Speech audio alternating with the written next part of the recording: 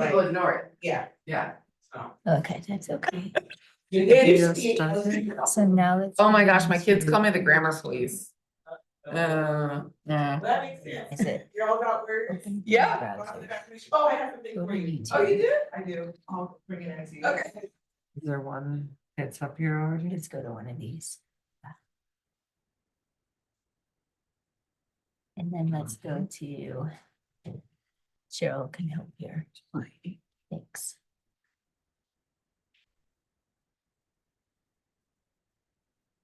Let's just go.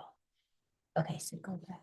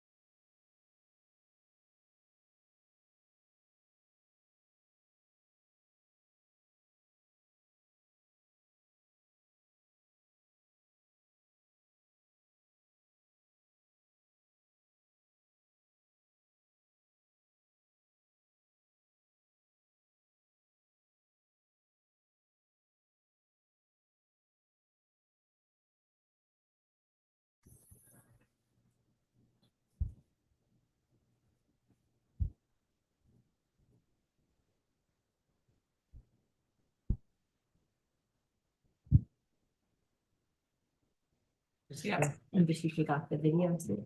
yeah, if we're ready.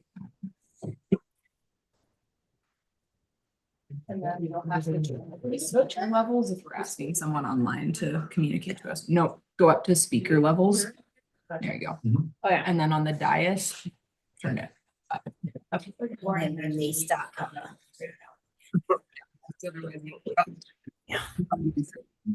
Yeah. The first few hours. Fine, let us know that they can hear us, okay? How's our camera? Just.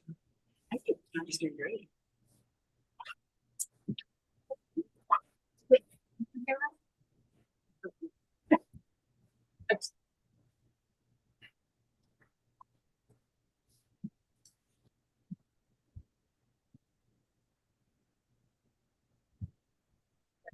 Oh, it's neat that they can hear. I'm still trying to.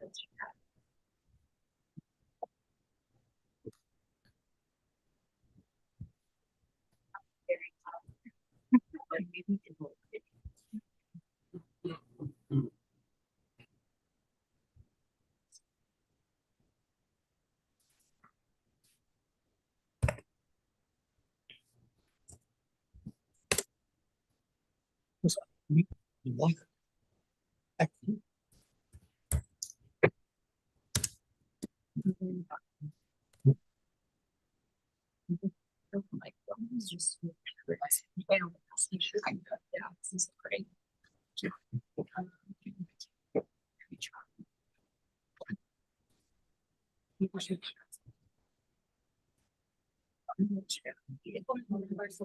You're just having some technical difficulties.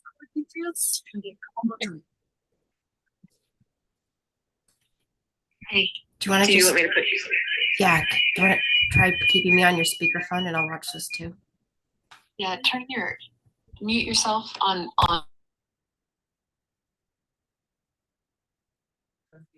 Well, we do need to make sure Yeah. others.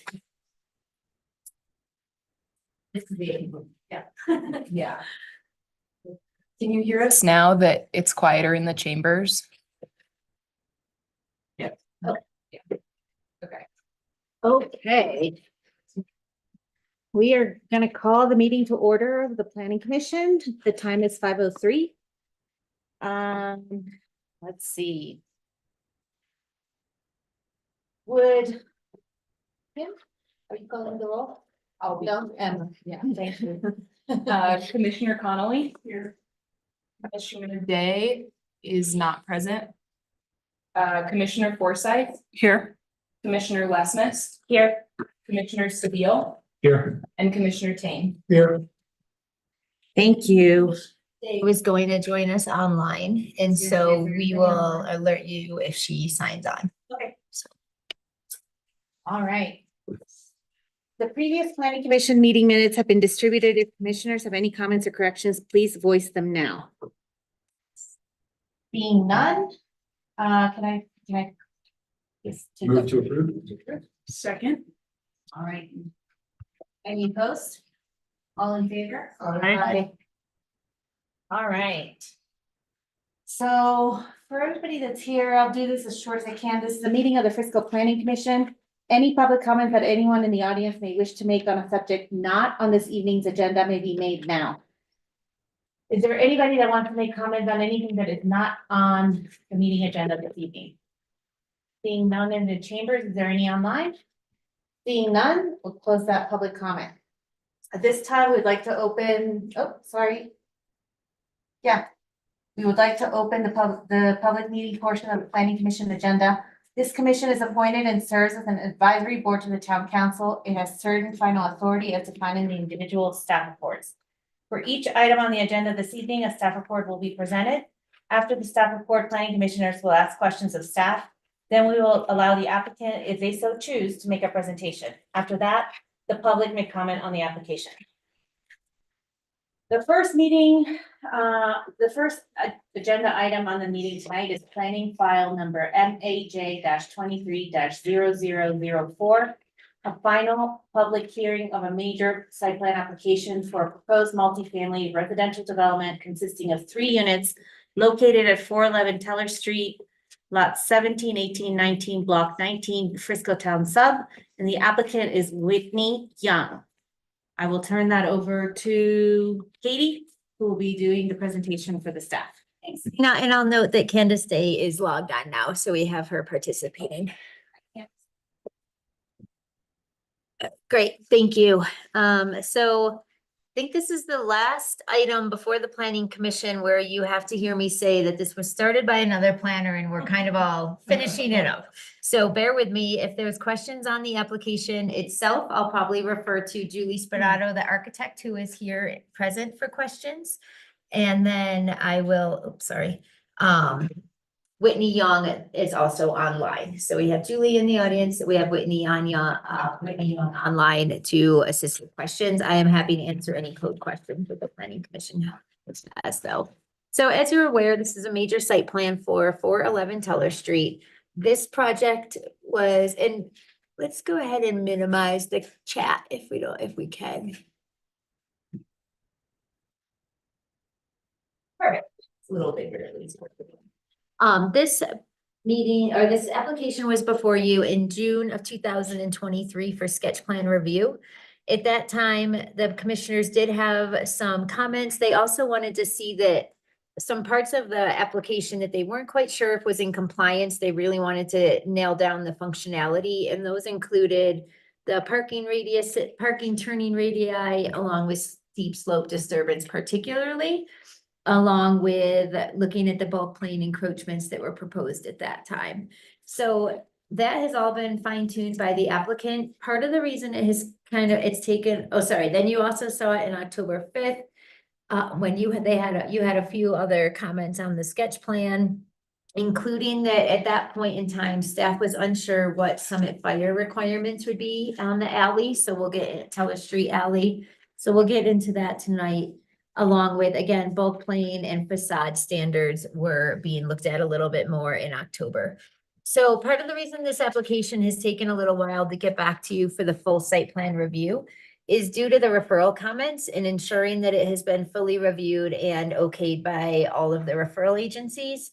Just as a reminder, that includes Summit Fire, and it also includes the town engineer and town public works. So those were a lot of the bigger kind of obstacles that the planning commission noted that they wanted fine tuned, and staff also.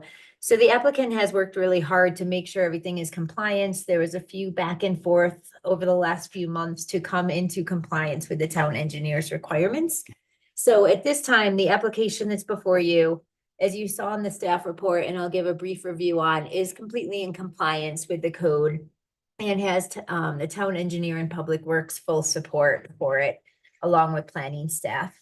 So I will go through a brief overview. You are all familiar of where the property is located right now.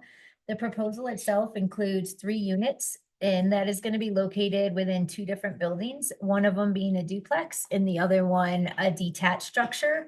The applicant is proposing the final product to be townhomes so that they could, in theory, be individually sold with common areas around them.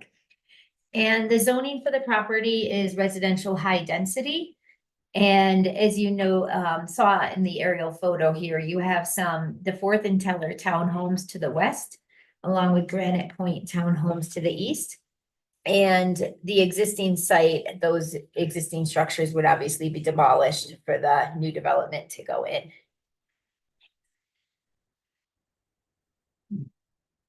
And then this is just kind of zooming in a little bit more on the site plan and moving forward.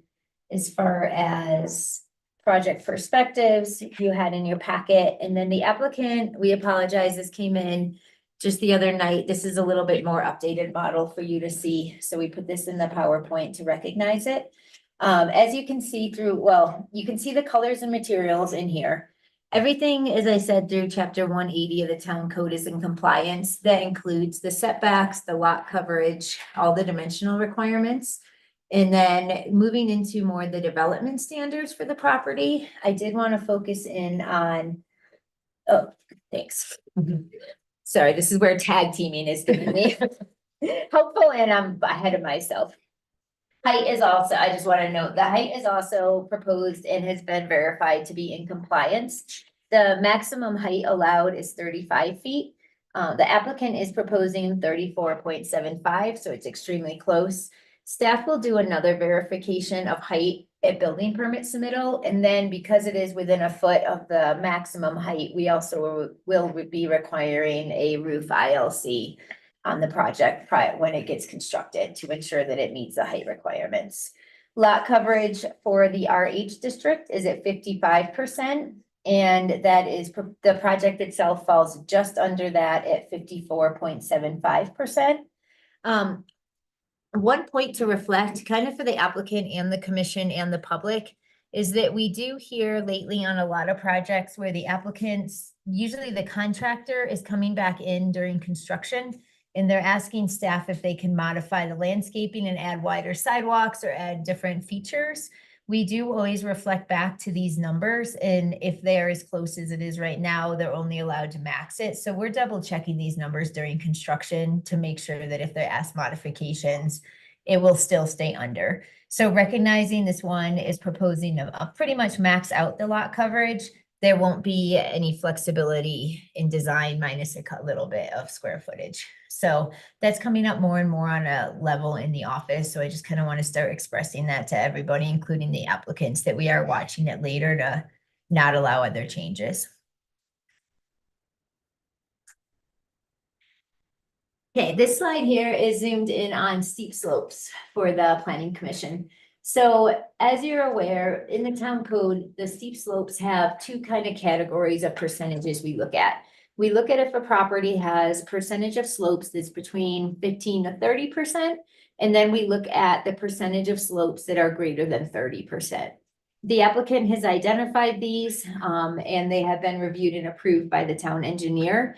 The disturbance allowed for the 15 to 30% category is coming in at exactly where they can disturb with no other flexibility. And the slopes at greater than 30% are also coming in pretty much at exactly the limit. So staff has learned through prior conversations with Planning Commission also, and recognize that we need to come up with more measures for having the fences be more secure at this disturbance lines and really preventing any impact of construction vehicles or construction from occurring past that disturbance line. And so to assist in doing that, the engineer has had some comments on that we'll get and they were in your staff report, but that I'll address when I get to that slide. So just wanted to note the application itself is in compliance with the steep slope disturbance. No additional steep slope would be permitted. And so if the applicant came back and said they couldn't construct the structure without having a vehicle go beyond this limit, then it would not work and they'd have to redesign in some manner to protect steep slopes, since it's maxing out what they are allowed to do by code.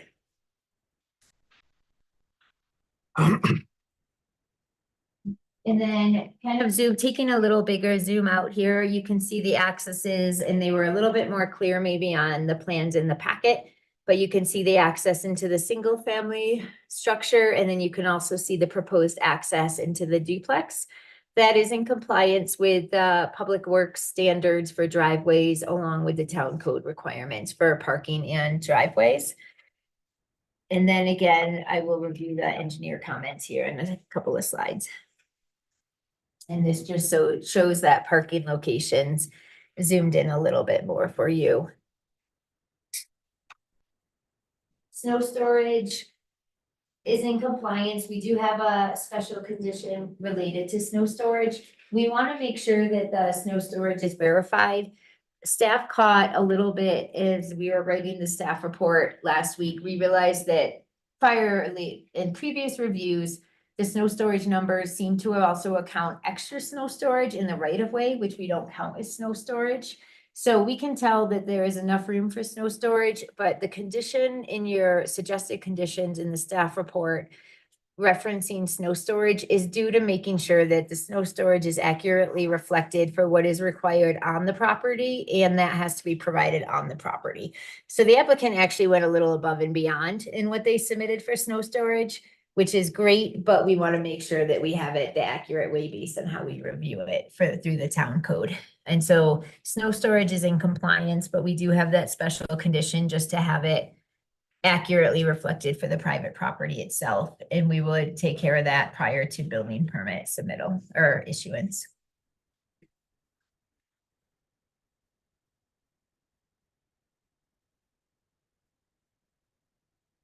Oh, that was our steep slopes. Okay, let's keep going.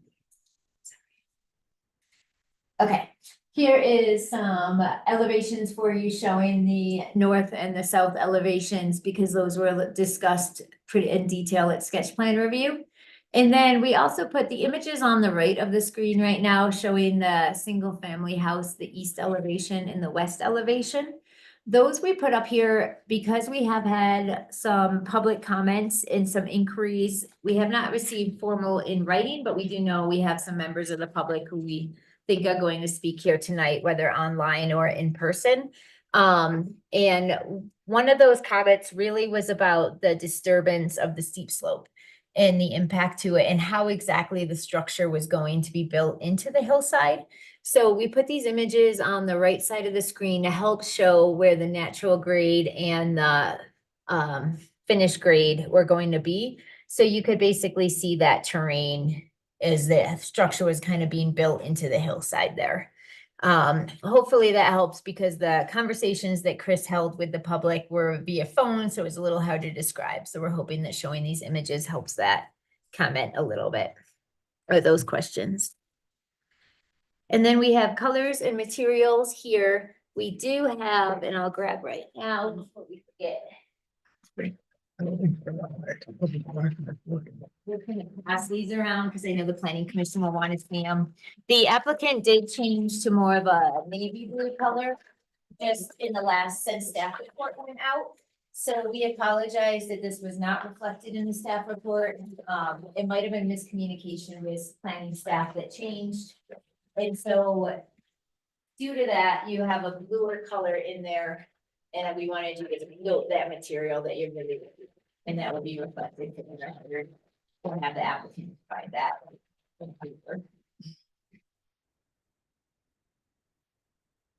Are we talking about this? Oh, yeah, okay. Does that mean? I'm sorry. Sorry, it will be maybe? And then the roof material stays good. Oh. It's a little heavy.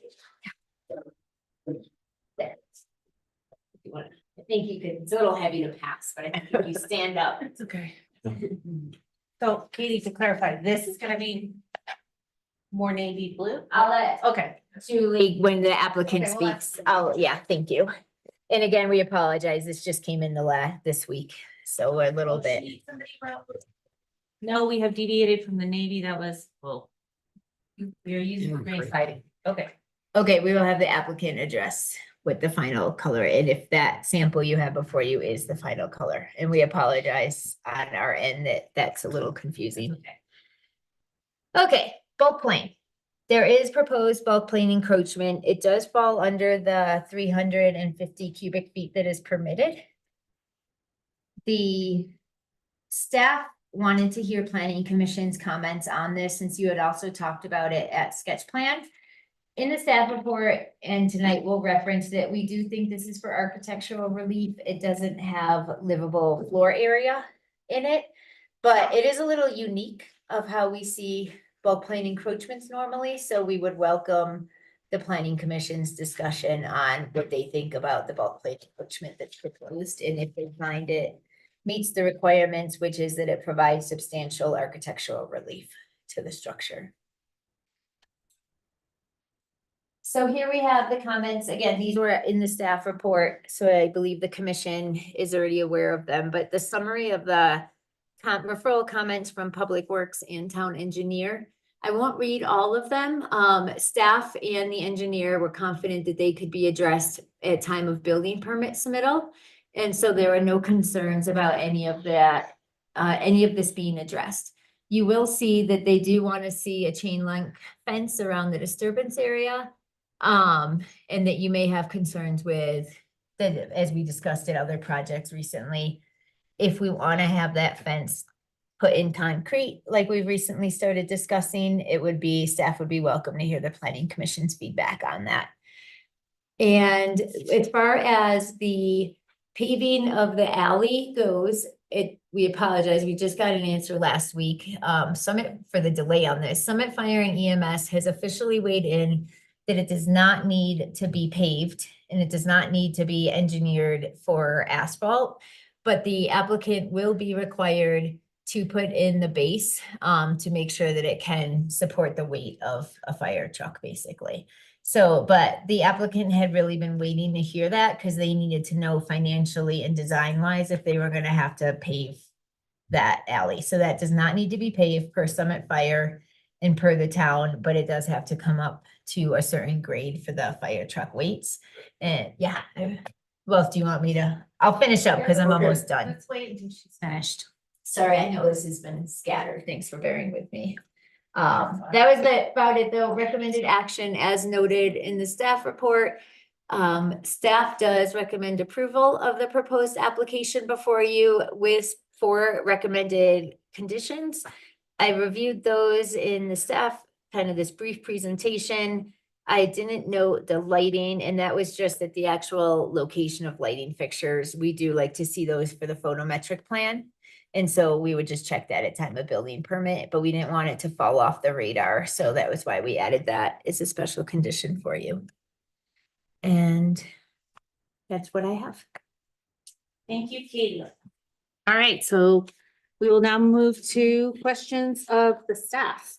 Ira, we'll start with you. Going back to the driveway not needing to be paved, but so it's an emergency access of sorts. Is there a requirement that somebody keep it clear? They will be required through by Summit Fire. Well, they'll need to get access into the property also. But yes, it will be required to be kept clear. Well, because there's only one driveway. There's only one entrance off of that access. And if there are like a lot of people that don't live here year round, I mean, maybe it won't get clear. I'm just wondering if it's in their docs that it shows that it must be clear no matter if it's occupied or not. Yeah, good question. Let's let the applicant address that. Okay, Thank you. and then I'm having trouble with Wi-Fi. Could you show a drawing that shows the overhead with the driveway that comes into that? I mean, because it's small for me to see. So is the coming off the road, off the access? Which way is that pitched? Is that pitched away from the house or towards the house? And then you get to the actual driveway. And I thought the driveway was down pitched. I could be thinking of another project. Are you looking at the alley or the Teller Street? I'm looking at the alley, Okay. right, with your cursor, don't bring your cursor back down. I'm sorry, what I would call the alley, the dirt. Okay. I'm So on down, the you're dirt, looking at this right, area right down there. here. So you come off there, right where your cursor is. Which way is that grade showing? So this elevation right here is at 90, 41 or 61? Hold on. We'll pull it up on, Chris is pulling it up on a number we can read. And then there's a horizontal line, About the pitch, the like what's the the grade, no, not the elevation, but the grade. If pitch it's- of the driveway If it's going towards the house or away from the house. towards the house, right? Yeah. Makes sense. That's what I thought. So, because I wasn't able to see any drainage there. I mean, we do get these flash rains, which we might have any minute. And I'm just wondering if there's provision in engineering so that water doesn't hit that garage door and go into the house. Yes, and that's actually coming into their comment here of contours and positive drainage. They still need that finalized because they recognize that also. I think that's what you're getting at. Yeah, yeah. So up here, the third bullet point is addressing that concern that you have also. So it will get tweaked. The drainage will get verified by the town engineer at time of building permit submittal to make sure that that problem is not occurring. No, it's not, that doesn't become a homeowner problem. I mean, okay, I'm good. We're looking out for that kind of thing, or Chris is. Jessica? No questions at this time, thanks. All right, Andy? Yeah, a couple. Can we see the snow storage diagram? I'm just curious. I know we've gotten into this before, about, 8 foot wide in one direction and actually usable. And the ones on either side of the duplex driveway, there's looks like a big pier. right? No, the snow storage. Sorry, Chris, what slide are you There on? you go. That one. Thanks. That here that's, there's kind of, most of the snow storage is around the sidewalks, right? So go to the top of the page, toward the top of the page, up the duplex, the driveway. Yeah, so there's a lot of snow storage around the sidewalks, not very much around the driveway. Mhm. And it's blocked by a big post and stone bollard. That doesn't seem very usable to me. We getting snow into that little corner. Did we look at that and decide that we approve of that? Where's the post and stone bollard? Well, if we could Just zoom wanna in on follow just us. one of those corners. That's a landscape. What is it? That's. The square there on the right side of the right-hand driveway? That's showing. There's one on the left side, the That's left hand. showing. I'm sorry? That's a landscape drawing. Well, I just want to see a snow storage drawing zoomed in. It's on the site plan, A 1.0. No, I'm locked in. Keep it one too. I can pull it up through a different screen It also. looks like a That's- post and stone column in the corner. there. That's not showing snow storage, it's showing a mulch area, that hatch is mulch. It's not- Oh, okay, where's the snow storage is then? on the site. Okay, let me pull up the actual site plan. Give me one Thank second you. here. Okay, I was thinking that the hatch was the snow storage, but where is the snow storage? That's an aside, is the Wi-Fi not working? Moving really slow. Okay. I'm having trouble too. Yeah, it's, Okay, it's not working for me. April? Well, I have a You- question. You're on Oh, a different, you're on a Let's- secret, let's- secure. Hang on. I can show you on my iPad. We got it coming here.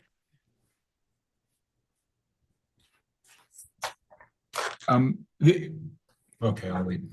Sorry. Won't launch into the next. Bombard them. Yeah, Sorry. one question at a time. One, the better. It's heavy day.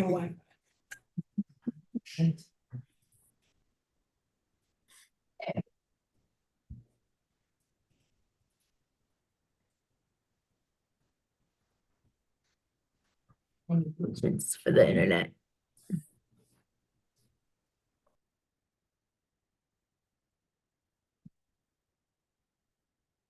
I see you have some storage here. So it's that clouded area there in front of The the storage bollard. here. Okay, I guess that makes that makes a little more sense. I was misunderstanding that hatch on the other drawing. I should have, that was our Nope, plan, that's okay. staff It- problem it's of shown. showing you the wrong plan. Thank you. The other, I had a question about the roof design. There's a point that you made in the staff report, or that someone made in the staff report about that there's a, we have a provision in our code that says you can't substantially deposit snow in front of access points, doorways and garages. The north side of this building, a good portion of the roof dumps right in front of the garage door. And I just want to make sure that, I know that's something it's sort of brought up in the staff report, but it doesn't seem to be talking about that area because it's talking about a place that deposits snow on a deck, which I don't think is that same spot. Just want to clarify what we're doing there. Oh, this is moving really slow, but I'll slowly bring up elevations on this set of plans as you keep going to question. Last question I had was, this came up on the last steep slope issue where they were super close on steep slope. It would be great if they came to us and asked for permission to disturb. Mhm. But what happens once they've disturbed? Because you can't put the genie back in the bottle at that point. The site has been disturbed and they're in violation and it no longer passes code. Yes, so we actually talked to the town attorney after the last item that we had this discussion on. And he fully supported either they having the project get stopped immediately, so it would get red tagged. And in theory, Mhm.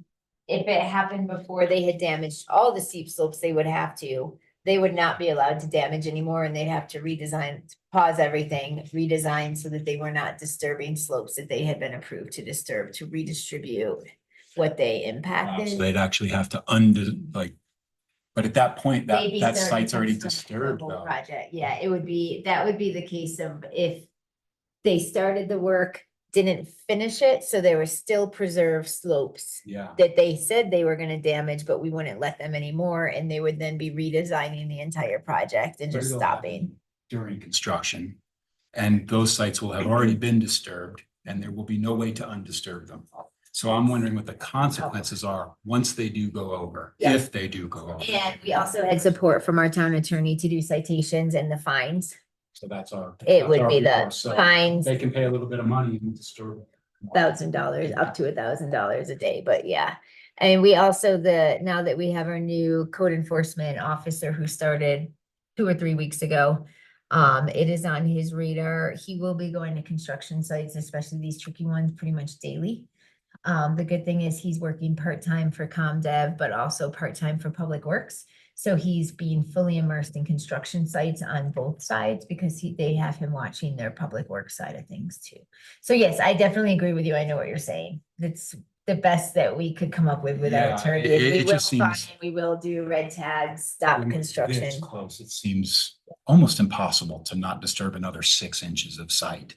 So I just, when it happens, I want the town to be prepared and for them to understand the consequences. Yeah, and I think that's the reason why staff needs to move forward sooner rather than later with code changes to give that 10-foot buffer or something similar that we had our engineer propose a Yeah, couple I weeks think ago. getting that close on that kind of thing where there's nothing you can do. You can't say, take the roof off because you're too high. Yeah. You can't undisturb it. So that bugs me when they're that close. But, and then on roof design.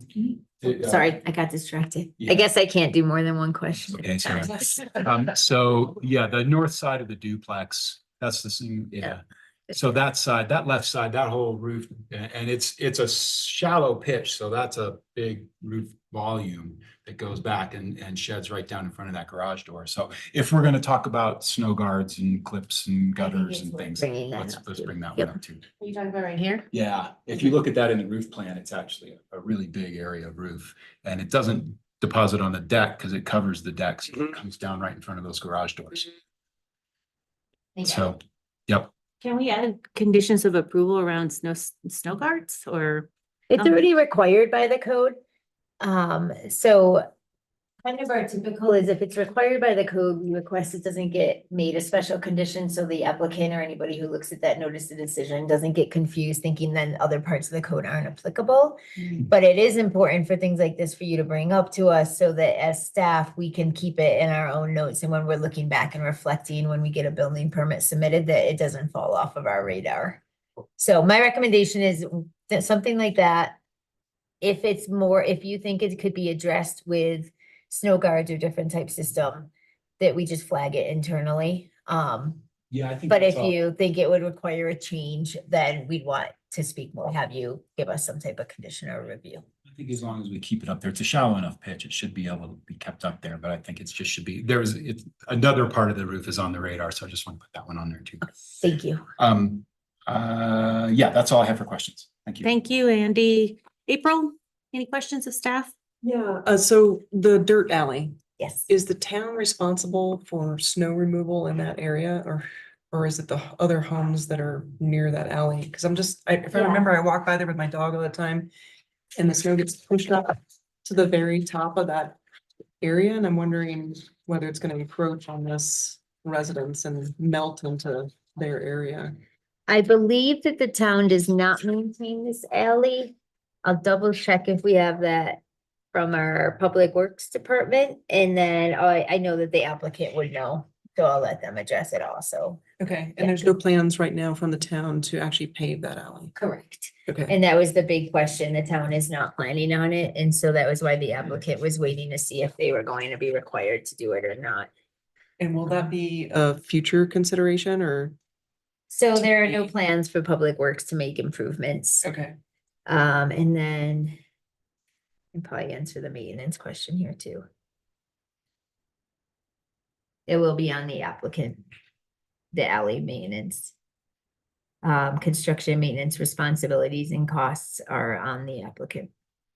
So the applicant would be responsible for shoveling all the way up to that driveway? Just past their property Just line, past the property, okay. or the driveway, yeah. The other questions I have are around parking and I think they're better suited for the applicant, so I'll wait on those. That's it for me. Thanks. My only question is, when, because I don't remember, but when we talked about this at the sketch level, that bulk plane encroachment, what were our comments? Yes. Tell you. And I have to apologize. I think the first meeting you spoke more about it. I wasn't present yet and neither were anyone here on town staff. And it's the corner of that, the roof that's It's like covering these the little- deck. Yeah. So the June 15th, 2023 meeting, the commissioners asked the applicant to be sure to justify how the proposed bulk plane encroachments do provide substantial architectural relief. And then in October 5th, they gave, you commissioners gave mixed feedback regarding whether the bulk plane encroachments meet the code requirements. So no, it sounds like the commission at that time had very different opinions, and so the applicant wasn't quite sure what direction to go with it because they had some support for them that they were substantial architectural relief, and some commissioners did not think so. Okay, and did anything change from that point to this point, from that October? Well, time? check, or I'll let, in the meantime, the applicant address it, do you know? They did come into compliance with the bulk plane. Did they change what it looked like? Yes. We can pull that up. Still for you. encroaching. Okay, now my not? computer froze, sorry. I'll bring up a sketch plan you saw. How about that? We'll compare That'd them. be great. Thank you. Thanks for your patience tonight on this one.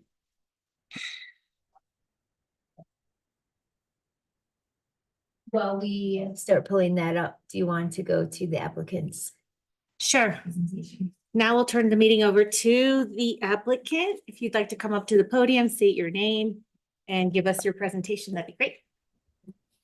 I'm Julie Spinato, I'm the architect, with Studio Spinato. Changes we've made since the last meeting. We have reduced the footprint of the building, of the single family home. We pushed it in about 6 feet.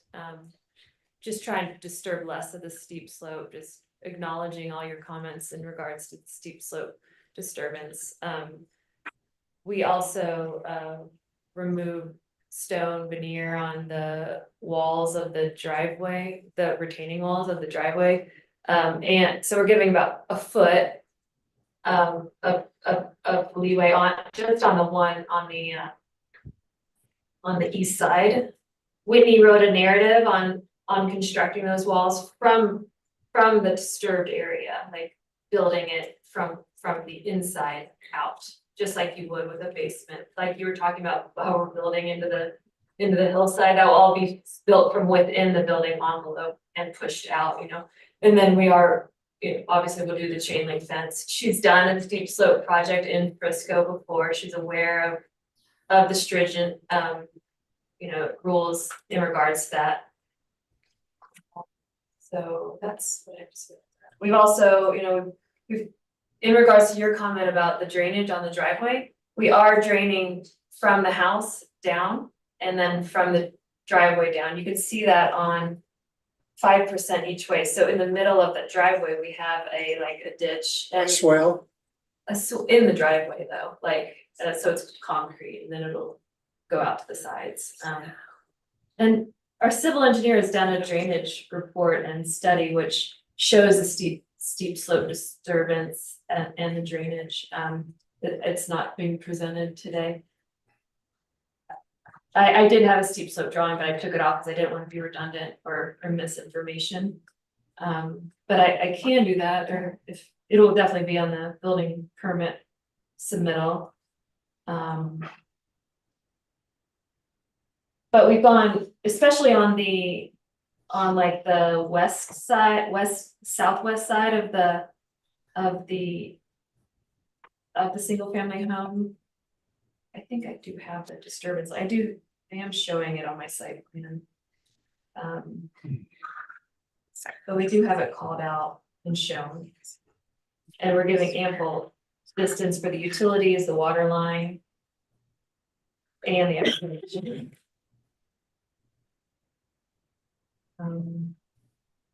I think the client's aware that, I believe that there is snow removal on that road by the neighboring houses that all are part of that code, and I think there's been conversations about that process on how we're gonna work together. In regards, thank you for your comment about the roof pitch on the duplex. We will be doing snow guards. I'm sorry, I didn't include them in the drawings, so.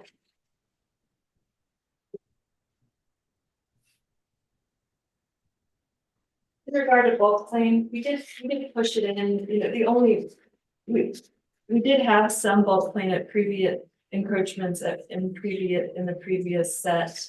And we've reduced those on the east-west slope elevations. We're only really showing it any bulk claim encroachment on the north elevation. The south elevation falls into it, and east and west all are falling within the bulk plane. So you only see that bulk plane encroachment on the north elevation. And that's on page A 3.5. I think I've addressed every comment today. Was that the elevation, Katie, that you were showing in your PowerPoint? I thought you were showing it. Yeah, the north. And here I'll, Yeah, if when the that's- applicants, I'll pull this up. I just didn't wanna kind of distract everybody. The applicant at time of sketch plan was proposing 300 and square cubic feet. Now they're proposing 150. So they did reduce it. And I'll share that's what you saw at sketch plan review. We're still at 350, Katie. We have 150 on one side and 200 on the other side. So no reduction. Just to clarify. Just kind of a movement, yeah. Okay. So this plan that is up right now is what was submitted to the sketch plan review. And then I'm gonna flip to the image. For now, for it currently before you.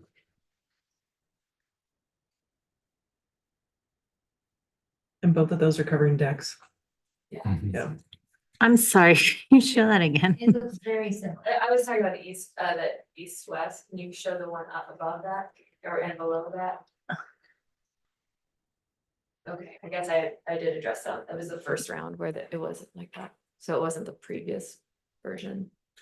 So So did the roof change? I'm Well, confused. What it looks happened? like the gables over the deck became sheds. Which hard to imagine that it didn't reduce the bulk plane encroachment by more. If you go back to the last one with the gables over those, it's like a lot of encroachment. You could scroll but up if to you're that looking north. at cubic, it's still the same. That's a lot of roof over that. Oh, yeah, that's a. So This, that's the same cubic footage as it when it turned to a shed, yeah. this Yeah. thing, right? Yeah, on one on each side, but then when it turned to shed, it didn't reduce. Even though I feel like it appears less. Mhm. It does appear less. So can you go back to? Yes. The new one. So this was just with the gable, that's the old picture. Yeah. Skinnier. Okay. This is Yeah, the new one exactly, it's with the skinnier. shed. I'm on a diet. Bring that up. Not you, just Reconfigured a little bit. So, yeah. We apologize. You've got 150 cubic feet. They wrote here in 150 cubic feet here. And then another 50 down below where your cursor is.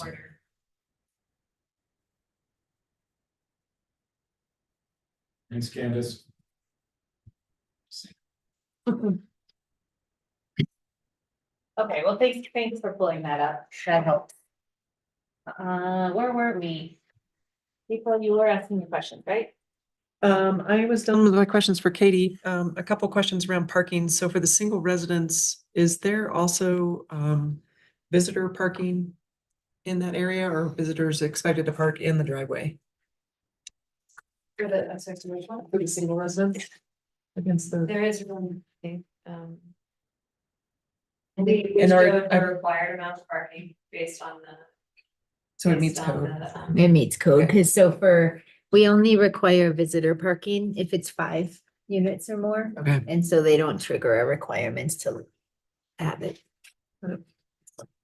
That's it for me. All right, questions of the applicant, Andy, your turn. No questions. No questions? Jessica? Apologies for this kind of obvious question, because I don't have my computer in front of me working. What are the sizes of the units? Are you asking about number of bedrooms, bathrooms, or Just the square footage. square of the footage? units. Okay. I was just curious. Yeah, I have it like kind of, I have like lower level, I would have to do That's some what we math. It's okay. Yeah. Do you see it? Yeah. I see it right there. Okay, so just one question. You said you reduced where the building was located by 6 feet in the area where there's steep slopes based on our comments. Were you in sketch plan proposing to disturb more steep slopes than permitted? Because you're still right up to that. Okay, well, that's not, We're just giving a little bit more buffer okay. than we had previously. Well, I don't think you have any buffer now, correct? Yes. You were just proposing to disturb more than the code allows. No, okay. We're giving more of a buffer. Like, like a setback? Like, What is do you it- is mean? it like a Yeah, that distance? confused me. So yeah, explain that, because right, am I incorrect that you're proposing up to the maximum of the slopes? no, you're not incorrect. We just had it really tight to the building and now we're giving more for utilities, we're giving more for the grading that needs to make it a positive slope away from the building in that location. We're giving more clearance for construction of the driveway. We pushed it out. Got it. So the actual disturbance envelope is shown pushed out more to be more realistic in terms of Or- construction. Okay, For disturbance line to the building, we've given more to account for the drainage, positive drainage, utilities, constructability. Things that Okay. you guys have, that the planning commission has asked for. great. Okay, that's good to hear. Sorry, There's a certain amount that they were allowed to disturb. They were right up against it, but they didn't have any buffer for construction. Like on the last project, we were talking about how do you get your scaffolding and how do you move around and put siding on when your disturbance line is inches from the building. So the disturbance line stays the same, but the building shrunk in, creating more buffer around it so they can actually do their work. so we're within talking the about disturbance. buffers around in terms of distance to setback lines No, or? distance to their disturbed steep slope slopes? line. But they're at the Distance maximum. from the building to the disturbed line. Because they're- So the disturbance area has not changed, but to actually allow the constructability of the building, rather than the building being this close to the disturbance envelope, it's now shrunk in a little bit. Okay. So they have a little more room to maneuver around the building. Still Okay, disturbance, okay, I but they get it. gave themselves a little more Great. ease of construction. Okay, good. I'm guessing staff kind of let you know that last meeting, we gave looked with a very scrutinous eye to a proposal that did not seem like they were going to be able to stay within that disturbance envelope that they were proposing, and just same concerns today. I'm glad that you're giving yourself a little more leeway. But I would be curious to, as we get more into commissioner comments, ask staff whatever condition we put on that previous one and maybe discuss that as a potential condition. Because it's just an integrity of the code, hey, if people are always coming up to the max and we're not thoroughly checking that and they're actually disturbing it a little bit more, it speaks to the integrity of the code. So that, and then we just go over, because I think we might have a couple questions about the architectural relief of the deck coverings, just how that provides architectural relief. Do you want to see the image? Maybe the 3D images might be more appropriate. Thank you. Well, if we didn't have them, we'd have these, these long gable forms on each side of the building. I think it helps to break up that plane personally. Yeah, can you show It over to this. Oh. Maybe get rid of the thumbnail, Yeah, the, perfect, yes. So you see this long gable form? And I think that adding this shed dormer is breaking it up a bit, and it's also creating it so it's not shedding, so we're not shedding onto a deck, which I think is desirable. Okay, thank you. That's the roof that's encroaching in the plane? Right here. Yeah. Okay, seeing it from this angle is helpful. I think that by changing it to a shed, it is a little less invasive. But it still offers that relief that we're looking for. Thanks. No other questions for me. okay. Ira? I don't know if this is a question for you, but Construction parking, you have a tight lot. Do you ever give consideration where everybody's gonna park while you're working? We did offer a construction management plan. Do you have that?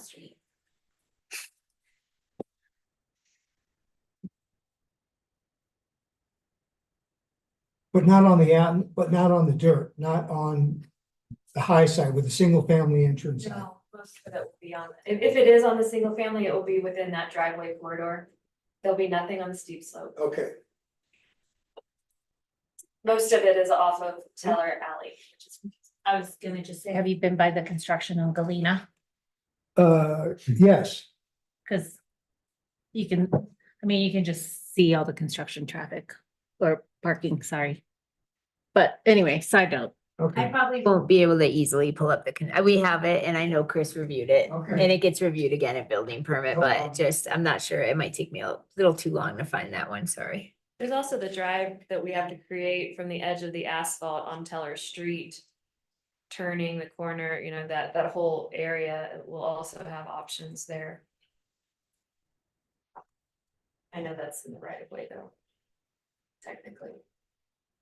So, the goal is to park everyone within the property line thank you. on the north side of the property. Okay, we done with questions? My only question is, and has just to get like an idea of. You are the architect, right? Are you the one that designed this buildings? What's the latest, I guess, theme that people are trying to make reality in the architecture world that inspired this design? Oh, I think it was all about the bulk claim. No, we wanted to conform to the Frisco guidelines and offer, I think my client, she always tries to kind of bridge the gap between modern and traditional design, so showing some exposed metal and tries to do a little bit of spin on materials when she can. So it's more driven by the clients sort of. I'm not an architect or a designer. I'm just curious. Of course. Yeah, Of okay. course. I don't know. Anyway, It's always. yeah. Michael Graves. And you get to decide. All right, well, thank you. Before you finish with the applicant, did you get the color sample finalized? Is that color sample the one that's being proposed for the exterior? Yes. Okay, thank you. That one, that gray. I do have a question. Could you speak a little bit more on the maintenance of the alley? I don't quite understand the maintenance of the alley for access for snow removal. And when you say alley, I think you mean street, right? Well, no, I mean, yeah. Yeah, the uphill side. That's street. That is Teller Street. Okay. Seems so bad. in the street, yes. It's confusing. I think that, I don't know, honestly, I think that they're like that the 4 other houses that also have to access that have some kind of agreement. I think Whitney's gonna work with them and to try to figure out a plan for that maintenance. Okay. So how far out does the asphalt for the driveway and the single residence go? Does it stop at the top of the hill or go beyond that? I am showing up on the, actually, is it out? Yeah, so see, it says edge of existing gravel. Okay. And then I have edge of asphalt.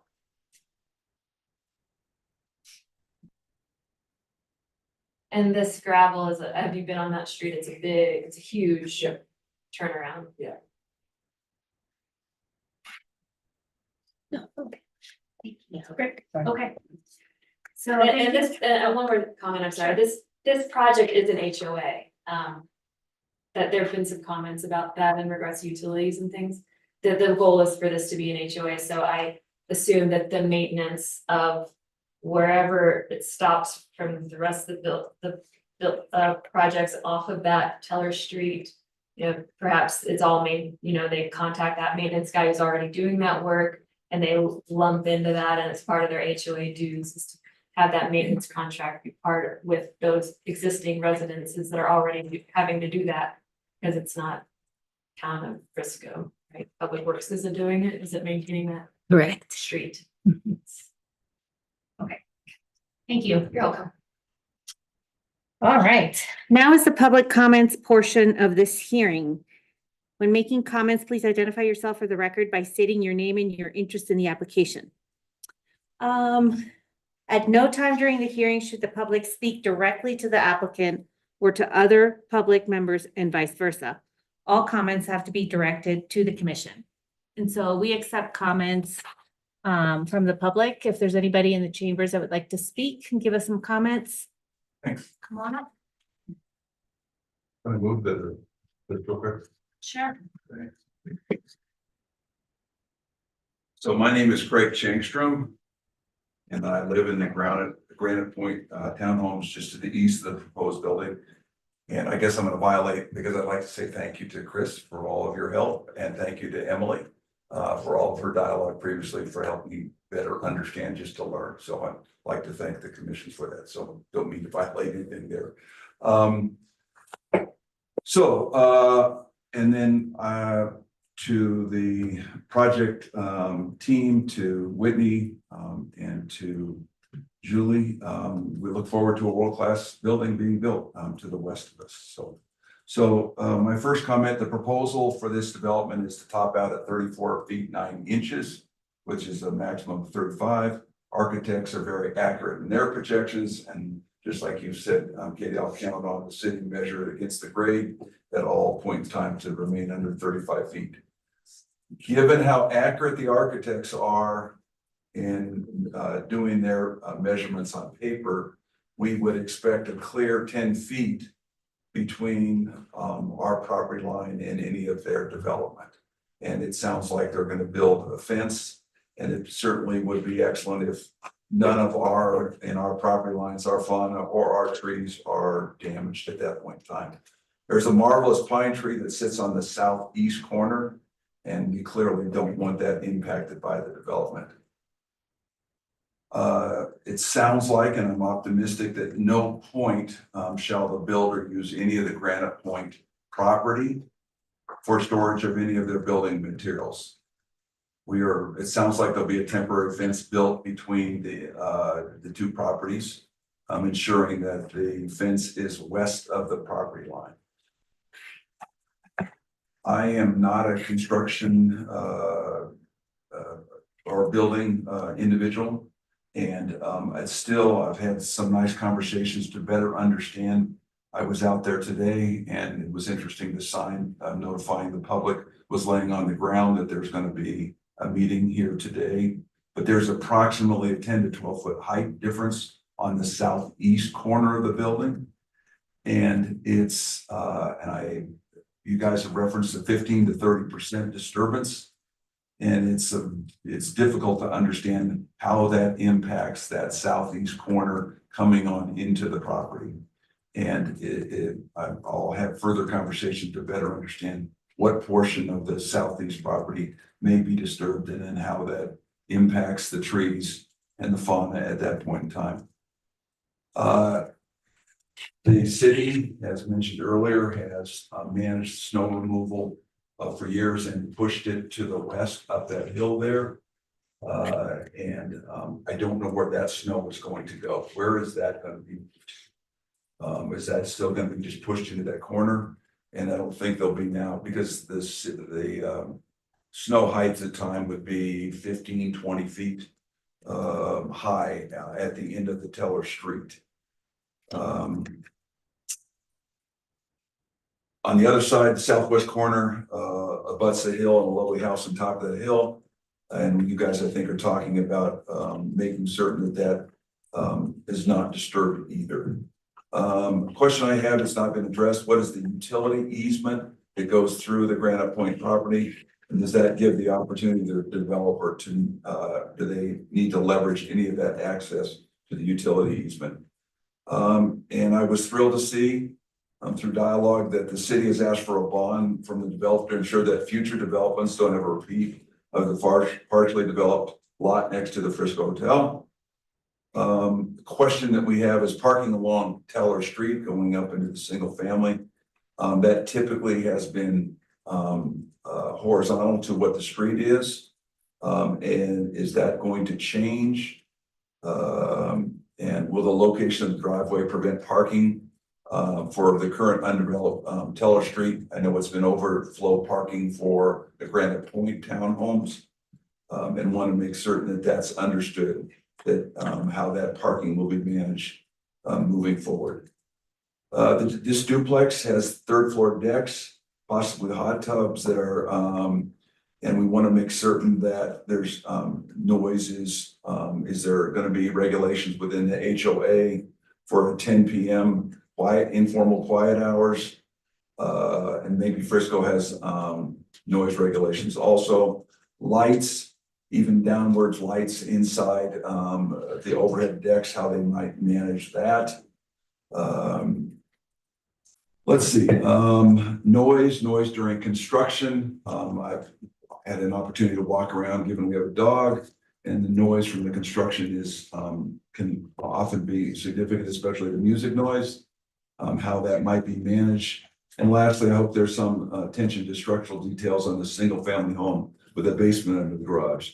The plans don't show the structural details, but I'm sure there'll be some heavy beams. And once again, I wish Whitney the best of luck in first class property. And thank you all very much.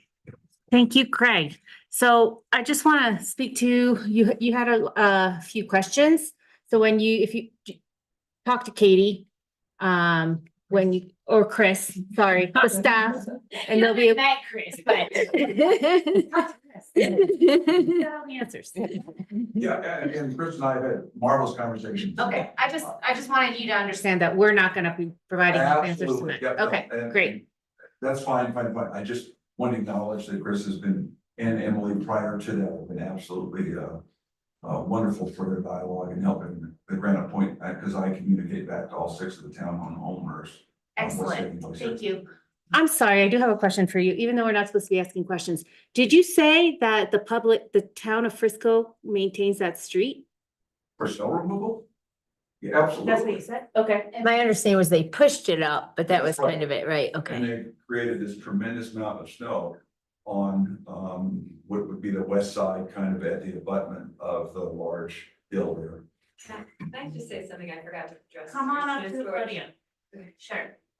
You had mentioned snow storage out in the right of way, Mhm. and I'm showing snow storage at the end of that like hammerhead. And that was based on a previous comment that I believe the planning department brought up that we needed to provide snow storage for that section of driveway. Okay. Referring to his comment on that. All right, is it, Anybody else from the public that wants to come up to the podium? Hello, come on up. Hi, good evening. I'm Eric Klein. My address is 208 Teller Street. And do we need anything else? that's it. Okay. In the future, I really recommend site visits. Don and Ellen Coughlin, who sold this property to the applicant, have endured multiple abuses of construction parking for the other 4 units on here. As you just heard from a neighbor, snow storage shoved onto their thing. And first and foremost, a road that was shoved onto their property that's now considered steep slope. So while I respect everything Commissioner Stabile is saying, anybody who would have done a site visit would have seen this entire steep slope is mostly constructed of road base that was shoved onto this property.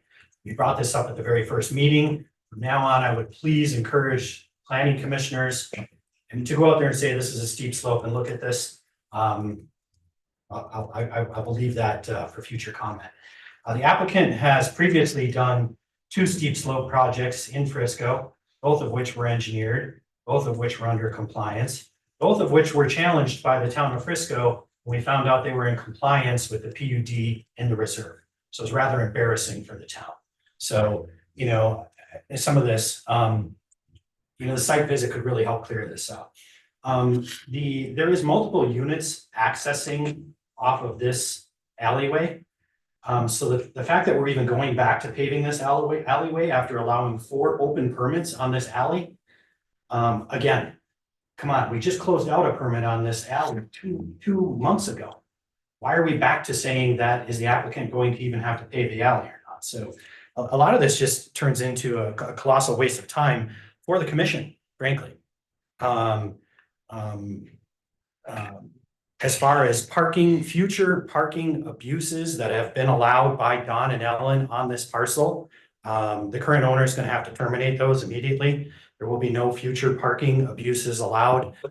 I think being a good neighbor isn't paying off in this case, and same with the town of Frisco. I guess we'll have to post the site, not allow them to shove their snow up there this winter. Noise from the town, I echo this. I've got an ongoing construction project behind my house for the past 3 years. I'd be really curious as what the town rules are regarding noise. And I commend the town for hiring a recent code enforcement officer, even though I lost a staff member at my work.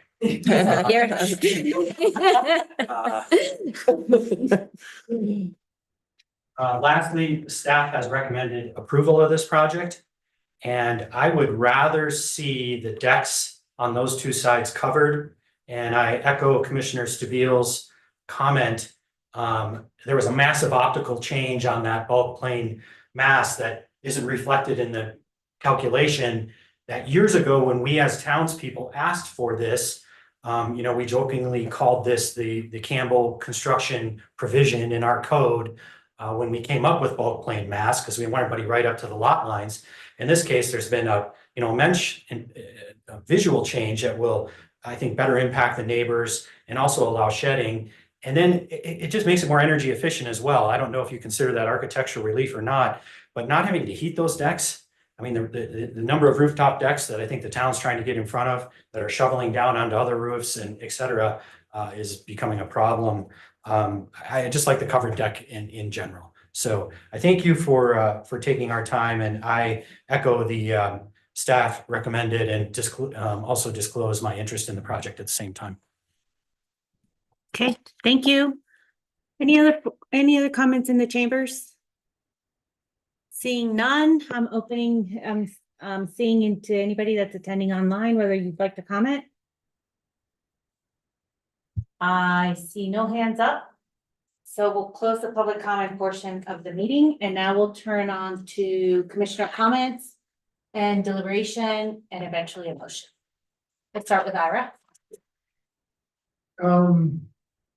I think the project has merit.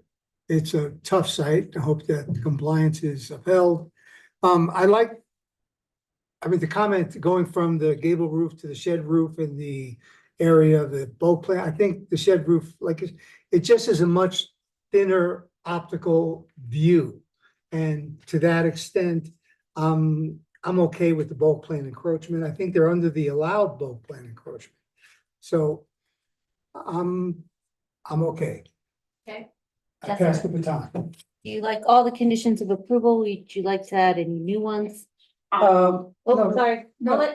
No, you're okay? Okay, Jessica, you Go go. ahead. No, you should finish up your thought. I'm done. I think you adequately explained the bulk plane, so thank you for that. I don't have any issues with the bulk plane.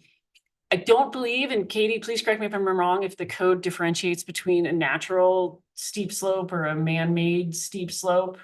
There is one part of the code that does, and I remember it being discussed at site plan review. But I think they couldn't provide, Emily had really worked with Whitney to find that evidence for it. And unfortunately, it was never able to come to fruition with what we would have needed. So we couldn't quite make it work, but that's not to say it's not the case. Okay, yeah, understood on that. Yeah, I think anytime somebody's pushing a building envelope up to the maximum, I'd like there to be staff following up, and I know that that's happening. I know that Town of Frisco is considering code changes. But yeah, it's just that one little bit over and you're out of compliance. So, please pass that along to your contractor. And I recommend the town follows up on that. And I don't feel super strongly that we necessarily need a condition, but if other commissioners felt that way, I would be supportive of that and entertain that. So that's what I got. Thanks. All right, April? I don't think I have any other comments other than what these guys have stated. I think it'll be a good project for the town, and I don't have any issues with the bulk encroachment. So that's it for me. Okay. Andy? Yeah, I'm pretty much in agreement. I think the bulk plane changes were a good move, and I don't have a problem with what's there. I definitely think that covered decks work nice on the top floor. Unfortunately, we do have to find that way to call them architectural for our code. Same thing with the steep slopes. We're just here to interpret the code, and I have set foot on that site. And I know what you're talking about, but again, we're just here to look at what's there and interpret the code. And I do want to make sure that we stay within that boundary. That being said, I think this is different because they've given themselves more latitude. The other project, that boundary was a 20-foot cut and the boundary was 2 feet away from the foundation. I still don't believe they can do that. I think you've given yourself enough room. Just want to this is more of an ongoing conversation about how we handle the potential for when somebody comes and asks forgiveness rather than permission. But as far as this project goes, I don't have any issues. Okay. And I don't have any issues with it. You're meeting the code requirements. That's all that I can ask you to do. Seeing the back and forth on the bulk plane, I like what you're doing better. And then seeing the 3D perspective, you can really see that section of roof is not that big of a deal. So I'm in favor of it. No issues.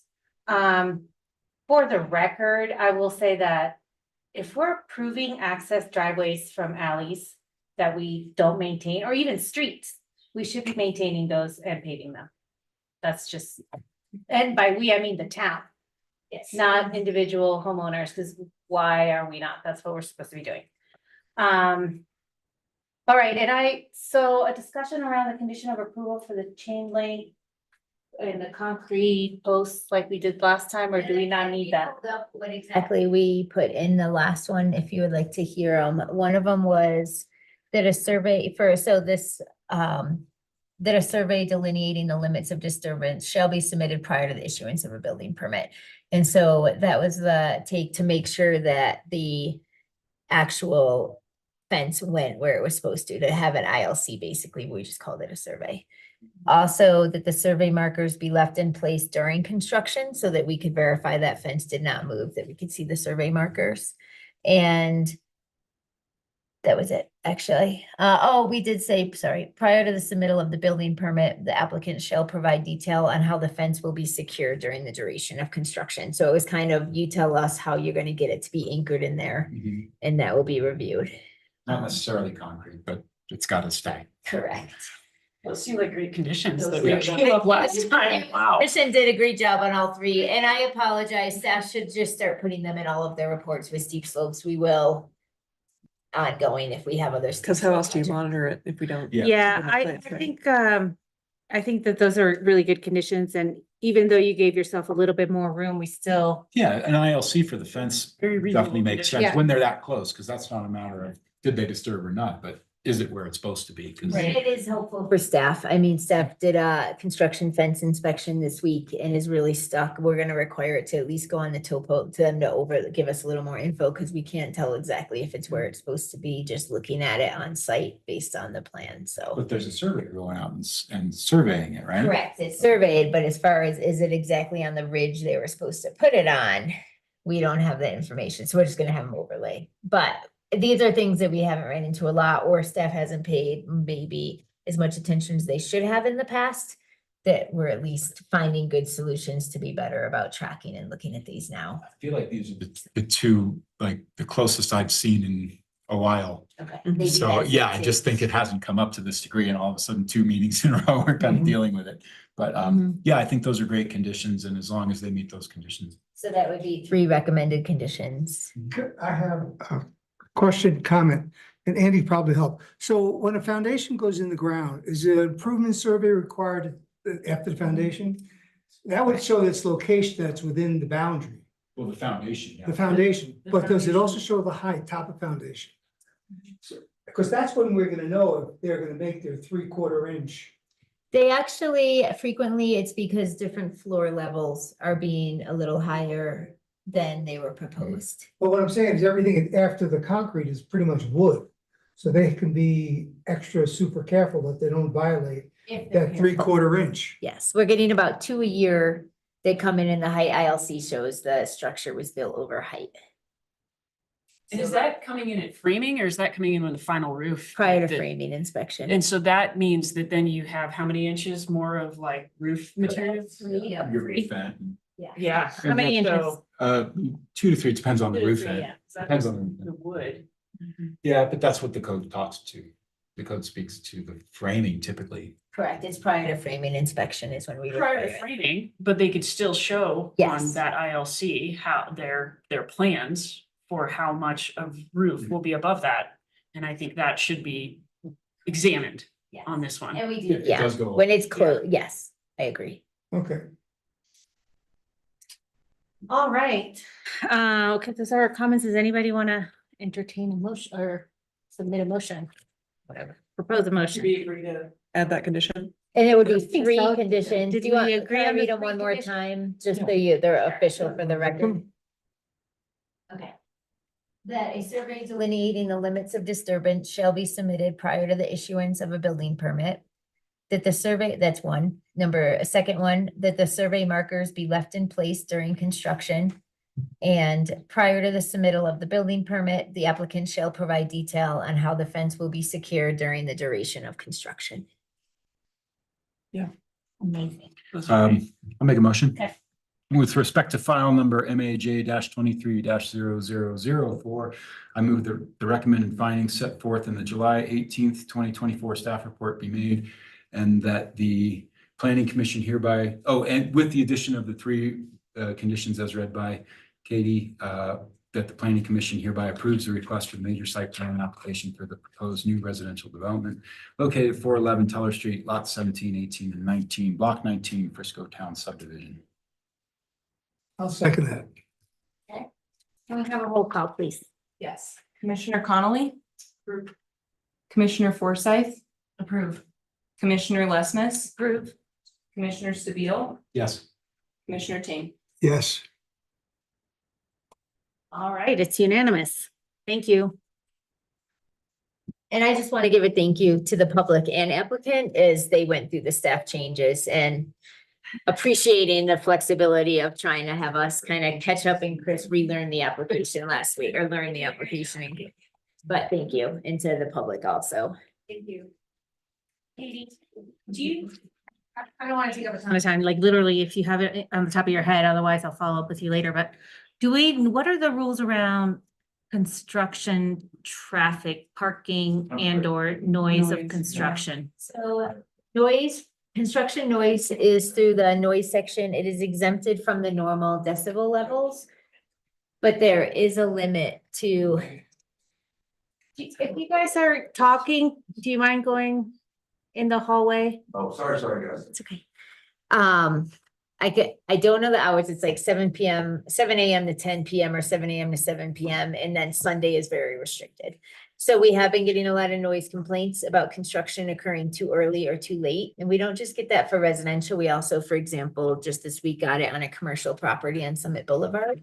So that is where Joe finds the code section. He goes out, he informally tells them, and then also tells the person who complained what it is and tells them that if it's after work hours, we request that they call the non-dispatch line, and then police can come out and also enforce that section of code because it's not through 180, it's through the noise ordinance. And then, so that's for noise. Construction is exempted from like decibel levels. Parking is allowed on the street during the day because it's like a normal vehicle. Same thing, we've had a complaint this week about parking, and we don't know if it's the contractors doing the work on a property or the tenants who live in it.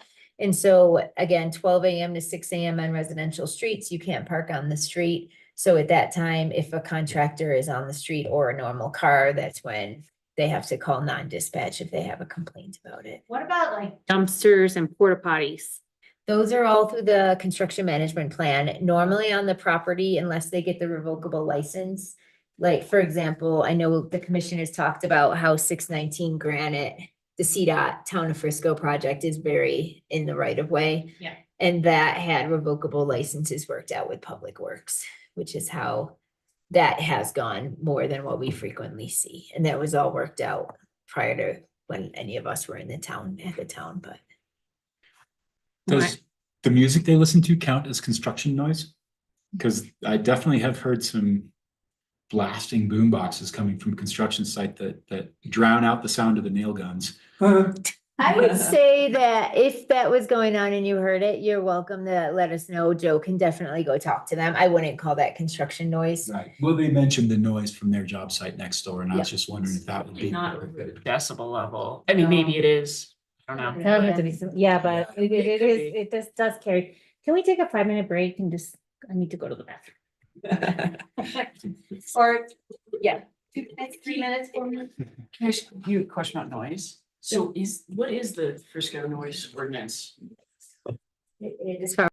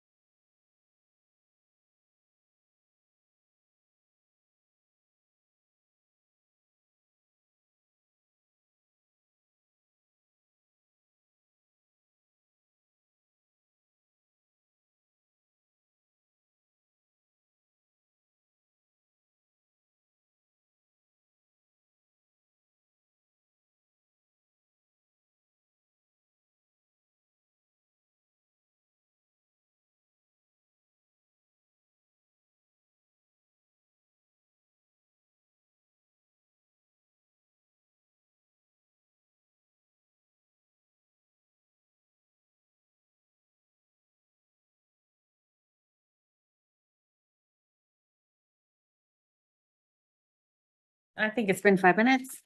Ira's back. I'm here. Irma's back. All right, next item on the agenda is a work session to discuss potential amendments to the town code to address refuse and recycling facility screening requirements in association with universal recycling ordinance implementation. Is that Katie? It's me. All right, this one I'll try not to fumble over so much like the last one here. We have Nico here. I don't know if you've all met Nico Cruz. He is our apologize. Exact title is. Sustainable Materials Specialist. There you go, with the town. So Nico is here to answer questions also. This is a question conversation with you, hence the work session topic. And I'll go through the background of why we're here, what we're talking about. And the advantage of having Nico here is that not only he wasn't here at the time when the ordinance came into effect that we're trying to figure out how to address through screening, but he has been the lead contact on the town on talking to various and many HOAs about the requirements that they have to come into effect by next June, and hearing their concerns, whether it's financial, space, location, and things like that. So Nico is here to help out, answer questions that you may have on the ordinance, on what he's hearing directly from the HOA. Community development staff took this on because, as far as leading the discussion, because it is chapter 180 where our screening requirements come in. So we basically kind of jumping right into it. Back in 2022, the town adopted an ordinance. In that ordinance, it's basically encouraging or requiring recycling, right? So it's a town sustainability effort, had full support from town council. Part of that ordinance requires that by next June, haulers are delivering 100% of recyclable containers to commercial customers. That part of the code is not through 180, and 180 is what you usually see and refer to in all of your planning application reviews. However, that triggers if someone's going to make a modification to their site. Well, now they have to follow screening requirements because we in 180 have screening requirements for recycling and refuse. And so we need to recognize right now, if it's 5 units or more of a residential property, and for all mixed use and commercial, you modify or add recycling or trash facilities, we require you to screen it. That screening is 4 sides and a roof. And so again, if you're not making a modification and you already have ample room, then we're not going to require it to be screened. But many, many developments are needing to add space for recycling now, and that's where this is coming up. Especially, I don't foresee it being a constraint that should occur necessarily for future developments. They should be able to cater their space and make it large enough to encompass both. It's really, how do we address the concerns that Nico, putting him on the spotlight, is dealing with many, many different organizations or HOAs primarily. So And, my HOA is impacted with that. Can I still be part of this conversation? Yes, right now. Okay. I think probably everybody is. That's a good Okay. question. Especially because this is just a work session. Yeah. So the follow-up, and I actually did not put this in, we want to hear the guidance from Planning Commission. We then need to come back with an official code change, most likely, if that's the direction. That will be a public hearing and to change the code. And we will look into that question because I'm not sure how to handle that. That's actually true because basically, well, a couple of you are single family, but I think a few of you are affected. Are you on the board? My husband is, so I'm not. They're not financially impacted by it, would you? Well, the HOA, Well, I is- guess the they could do HOA an would have to- assessment because they have to. Session. Yeah. Yeah. I didn't know the rules. Excellent thought and question, and I'll run that one before we come back to you. It's a great question that I had And I haven't admit. spoken to Nico Can you yet, be so impartial? I can be, yes. Then I will strive to be. So yes, we'll work on discussions on who is allowed to participate. Hopefully everybody, just so that we don't lose many people on Yeah. this discussion. But tonight I have no problems with you expressing what participating in the discussion. Okay, so with that said, just kind of I think I already reviewed and you saw in your staff report, the intent of the ordinance. I put a lot of clauses into your staff report. I did copy them into the PowerPoint. You tell me, since this is informal, do you want me to give you overviews of them? Or do you feel like you're pretty up to date with what was written in the staff report? I am fine either way.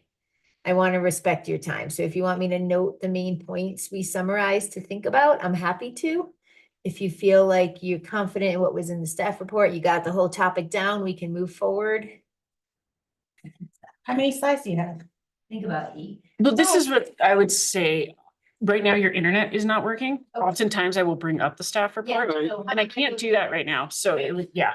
I'm happy to, and I always talk fast anyway, but I'll go fast, but tell me to slow down if you want me to. So 180, again, now we're in our unified development code. States that non-residential, mixed use and multifamily residential developments containing 5 or more units shall utilize dumpster enclosures for the storage of all refuse, recycling, grease traps, and compost collection. That is why we're before you tonight, because you have this requirement for anything that's less than 5 residential units. Wait, so I'm sorry, this is for more than 5. So the existing requirement is for five or more units. Correct. And what does this italics say? Oh, that is just stating you why it's before you, and to remind you that if it's less than 5 units, that's not part of the conversation tonight. So you don't have a concern that a triplex has to do this, just kind of clarifying. Okay. All refuse and recycling dumpsters and facilities shall be located within a dumpster enclosure. Then the italics are staff comments. This is just to reiterate, if the facilities existed prior to our code that's in effect today having screening requirements, which we see a lot of along, obviously, the alley along Main Street and other places, they're not required to add screening if they're not making modifications. If a development is adding new facilities, that's when they have to provide enclosures and come into compliance. Is it a new development providing new facilities or an existing development? Either one that adds new facilities is gonna have to provide screening. When did this code section get put into place? On as far back as I know, and we haven't been able to trace it. It's been in there for a long time. Okay, We can look into that. no, it's okay. I was just curious. And so new facility would be a second dumpster, recycling dumpster, that's a facility. Correct. Okay, Yes. Tote, even like a recycling tote, the waste hauler totes that we see. That in theory, based on the code, is a facility. And so some people have a dumpster and their fence just fits, the dumpster just fits inside it. right. Now they want to add a couple of recycling totes to meet the requirement. That would have to have an added screening because they don't have any room inside of their existing fence. And does it have to be like four-sided or Four sides and a four-sided roof. with and a roof and a door? And a side door. And a big door. So that's good. I'm just gonna say it one more time. I'm sorry. No, you good, So sorry. if their whole trash facilities existed prior to the screening requirements, they don't need to add new screening. But if this development went in and they are required to screen now, and so they already have like a screen trash enclosure, just dumpster. And then they want to add recycling facilities, they now need to screen the recycling facilities. So what happens if you're probably just going through this and then I can ask questions, but I understand now. Well, It's work session. Hang on, let her finish her question. Are you saying, like, if you add, or so it can't fit inside? Yeah, I think guess that's a question, right? I mean, and conceivably, one argument would be like, well, now you're gonna have less trash, so you can just have a smaller trash can. Correct, Now you which can is put one that- option that Yep. the ordinance also says. Yep, Yeah. okay. Yes, exactly correct. But the question is, as a residence, which I live in, it was like pay as you throw. That was like the way the program came to be. So are these units, these 5 or more, are they required to participate in the recycling program? Correct. Okay, Yes, that would be accurate. Correct. Yeah. Yes. thanks, right. Nicole. And that would be part of the conversation is, you have less trash. The onus is gonna come more on waste management, providing smaller dumpsters. Yeah. And more dumpsters that are smaller. And that is one thing that Nico talks to. Do you want to pause here and have you had neighbors who are HOAs who have expressed concern about reducing the size of their dumpsters when we've brought it up? Yeah, I think the concern is mostly around when it's about the size of the trash on holidays. On what's gonna happen on holidays when all units are full and there's gonna be overflow. So I would say most people are able to downsize their trash. Because it makes sense, you have like now space for recycling. But not everyone has space for toters in their enclosures. Or some don't have enclosures, it's just a parking lot. And now because they're adding a toter, they have to think about an enclosure. I mean, the other part is the people who are filling the dumpsters are a lot of times renters, and they could be seasonal, and they could be short-termers. And these apartments don't have a facility to separate your own when you live somewhere full-time, you have a system. But when you come and you visit and you're short-term or you're renting and you don't have, your builder didn't build in a combination recycle trash, it's really hard for these people to understand the rules and do it right. A long-term renter is the same as a permanent resident. I- And those people know how to No. recycle. They might. They might, but there's a lot of short-term people, because, that's, That's a visitor. in 5 or more units, I think you can see a lot of short-term. So if you only have the toter trash cans and recycling, does that also need to be in an enclosure, or is it only for dumpsters? If it is, as long, it's facilities, so So it's either. correct. Okay. Or if you have both, don't Yeah. touch them. if you're already in compliance with the code Mhm. and modify them because that's when That's when you it hits. be hitting. Right, okay. Mhm. When we say code, we're talking about the big one. Yeah. Okay. This is really way more than we want to do in the concept world. Okay, we also require per section of the code that they be wildlife proof, which we are going to change, no matter if we change the code, to be wildlife resistant, because Chris brought in a fact of all the communities she has worked with, there is nothing that's wildlife proof, and it should say wildlife resistant, so we say wildlife proof. Yeah. Common sense, she was like, why do we even say that? Nothing is wildlife proof. And consist of solid materials, at least 6 feet in height, with 4 sides, a roof, and gated access. So you also are looking at when someone has to build this, you're not just going out and building it, you're basically needing an architect or structural engineer to design it, to have snow capacity for the roof and other measures. And so it is a financial constraint to people to put this on them, just to recognize that that is one thing that we're hearing. Town's dumpster looks really nice. Taj Mahal. Sorry, but I guess, so this language exists, is what you're saying? Non-italic exists. Exists, and you're changing, but you're changing that to wildlife resistant. Correct. If But we make I- a code change, yeah. So what, I mean, at the end of the day, do we want to look at a bunch of dumpsters, trash cans and containers, or? This is what it's really coming down to. This Right. is where the Maybe end one questions extra for you are, that is the question. So next one, There was yeah. a point on there about height limit, sorry. Oh, you're fine. Oh, yeah, thank you. Was that on this Yeah, one? no, there's a maximum though, you're proposing. We would like Is to. that has that been an issue? Has somebody built like a I 3? kind of wonder why the town. Oh. But no, it has not been an issue. I haven't heard anything about a high. Yeah, I hadn't either, so that just seems. But it fun. is something that, it's like, and again, this is another good outside perspective coming in. Blame or give you credit. Chris saying, shouldn't you have some type of a maximum to think about if you're changing the code? Why wouldn't we cap? Like, would we want a 30-foot high, someone to get away with something? Probably they wouldn't. Somebody built that anyway. Building Build a 30-foot high dumpster. Exactly. Pay for it for your kid. Over the top. Did that? Yeah, I actually had a project that they were putting in a 30-foot trash enclosure for recycling. Because they had these, it was a whole restaurant complex, and it was and they wound up not getting approved, but because it would have blocked everyone's view of the river. Why did they want it? But yeah, why would you Because want that? They said it was the type of recycling machine that they had. Oh. Oh, so they would load it at people height and then hydraulics would do the rest. Yeah. So we're planning ahead. Yeah.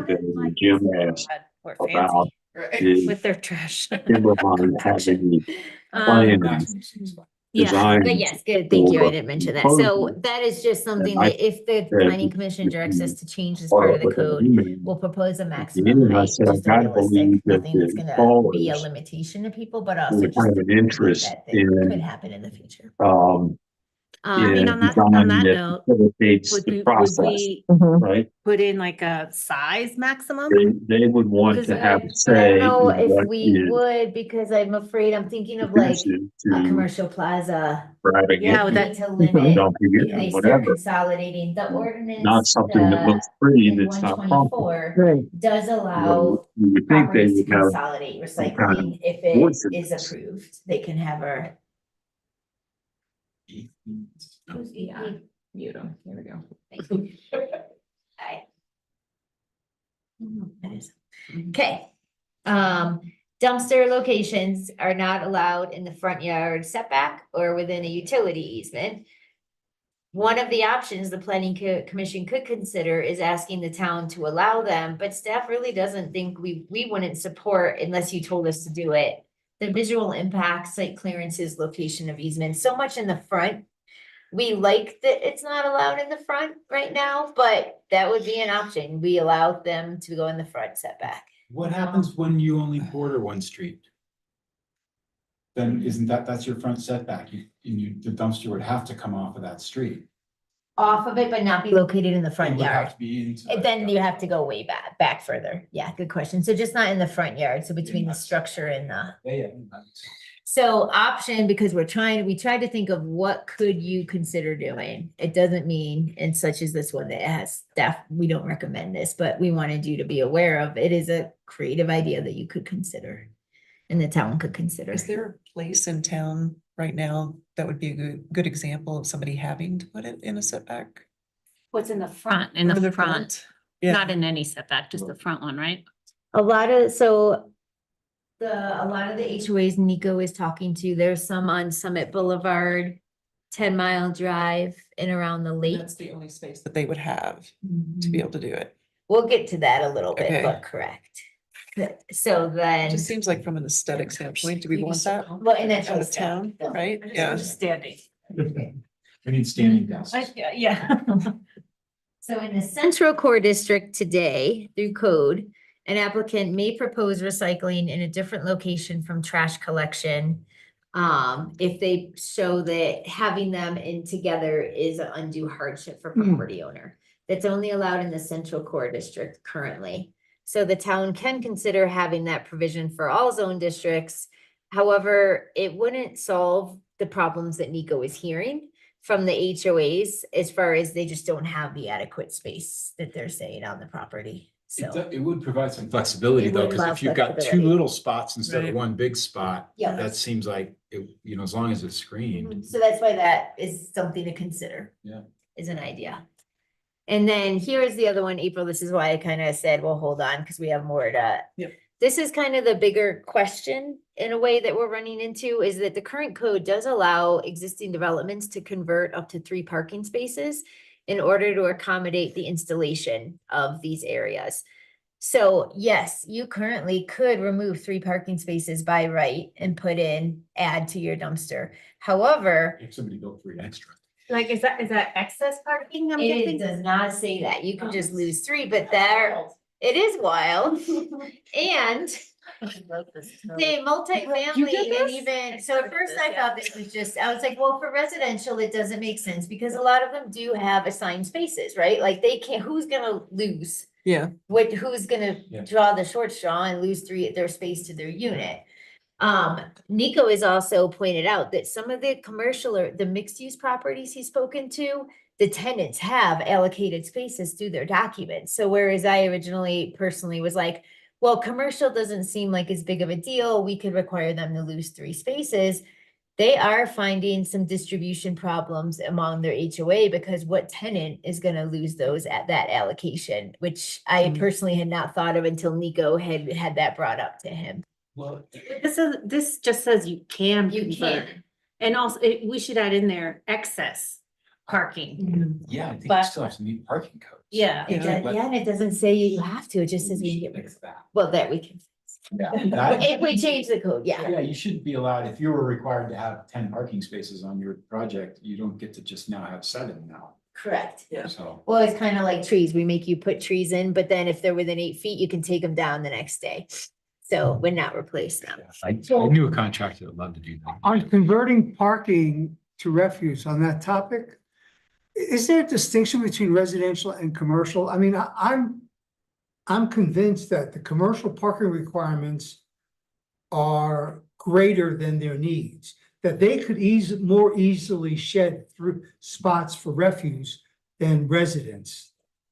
So maybe we make that distinction somewhere. And that was where the staff report's recommendation was to only if it was all residential units in the property. But that's why I also wanted to know, and Nico, if you want him to expand more on it, he has heard from mixed use and commercial that due to allocation in their documents for tenants, commercial tenants on one property, they are saying to him that it is a burden to lose 3 spaces, because how do you pick what tenant you're gonna tell is gonna lose their assigned spaces per your HOA documents?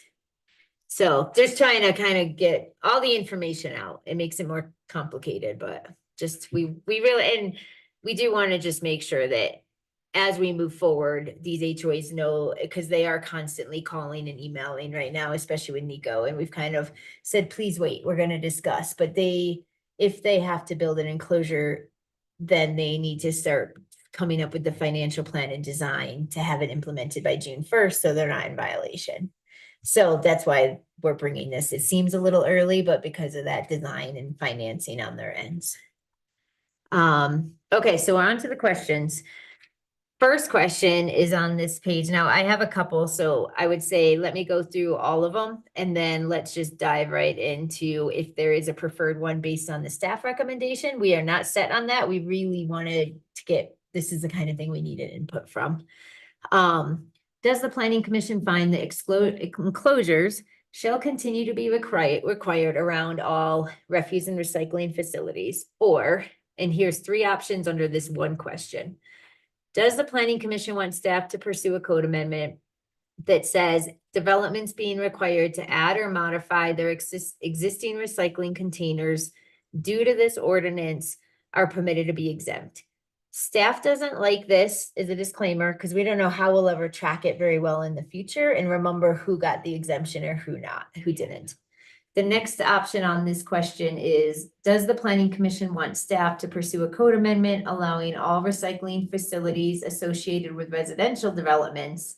And in this case, we are talking use of all residential units on a property, recognizing that residential and commercial, you might have seen, is defined differently in 124 than 180. So in our kind of general planning speak, if it's all residential units on the property, should they be exempt from providing screening if they're required to be a wildlife resistant container is what we tried to throw in.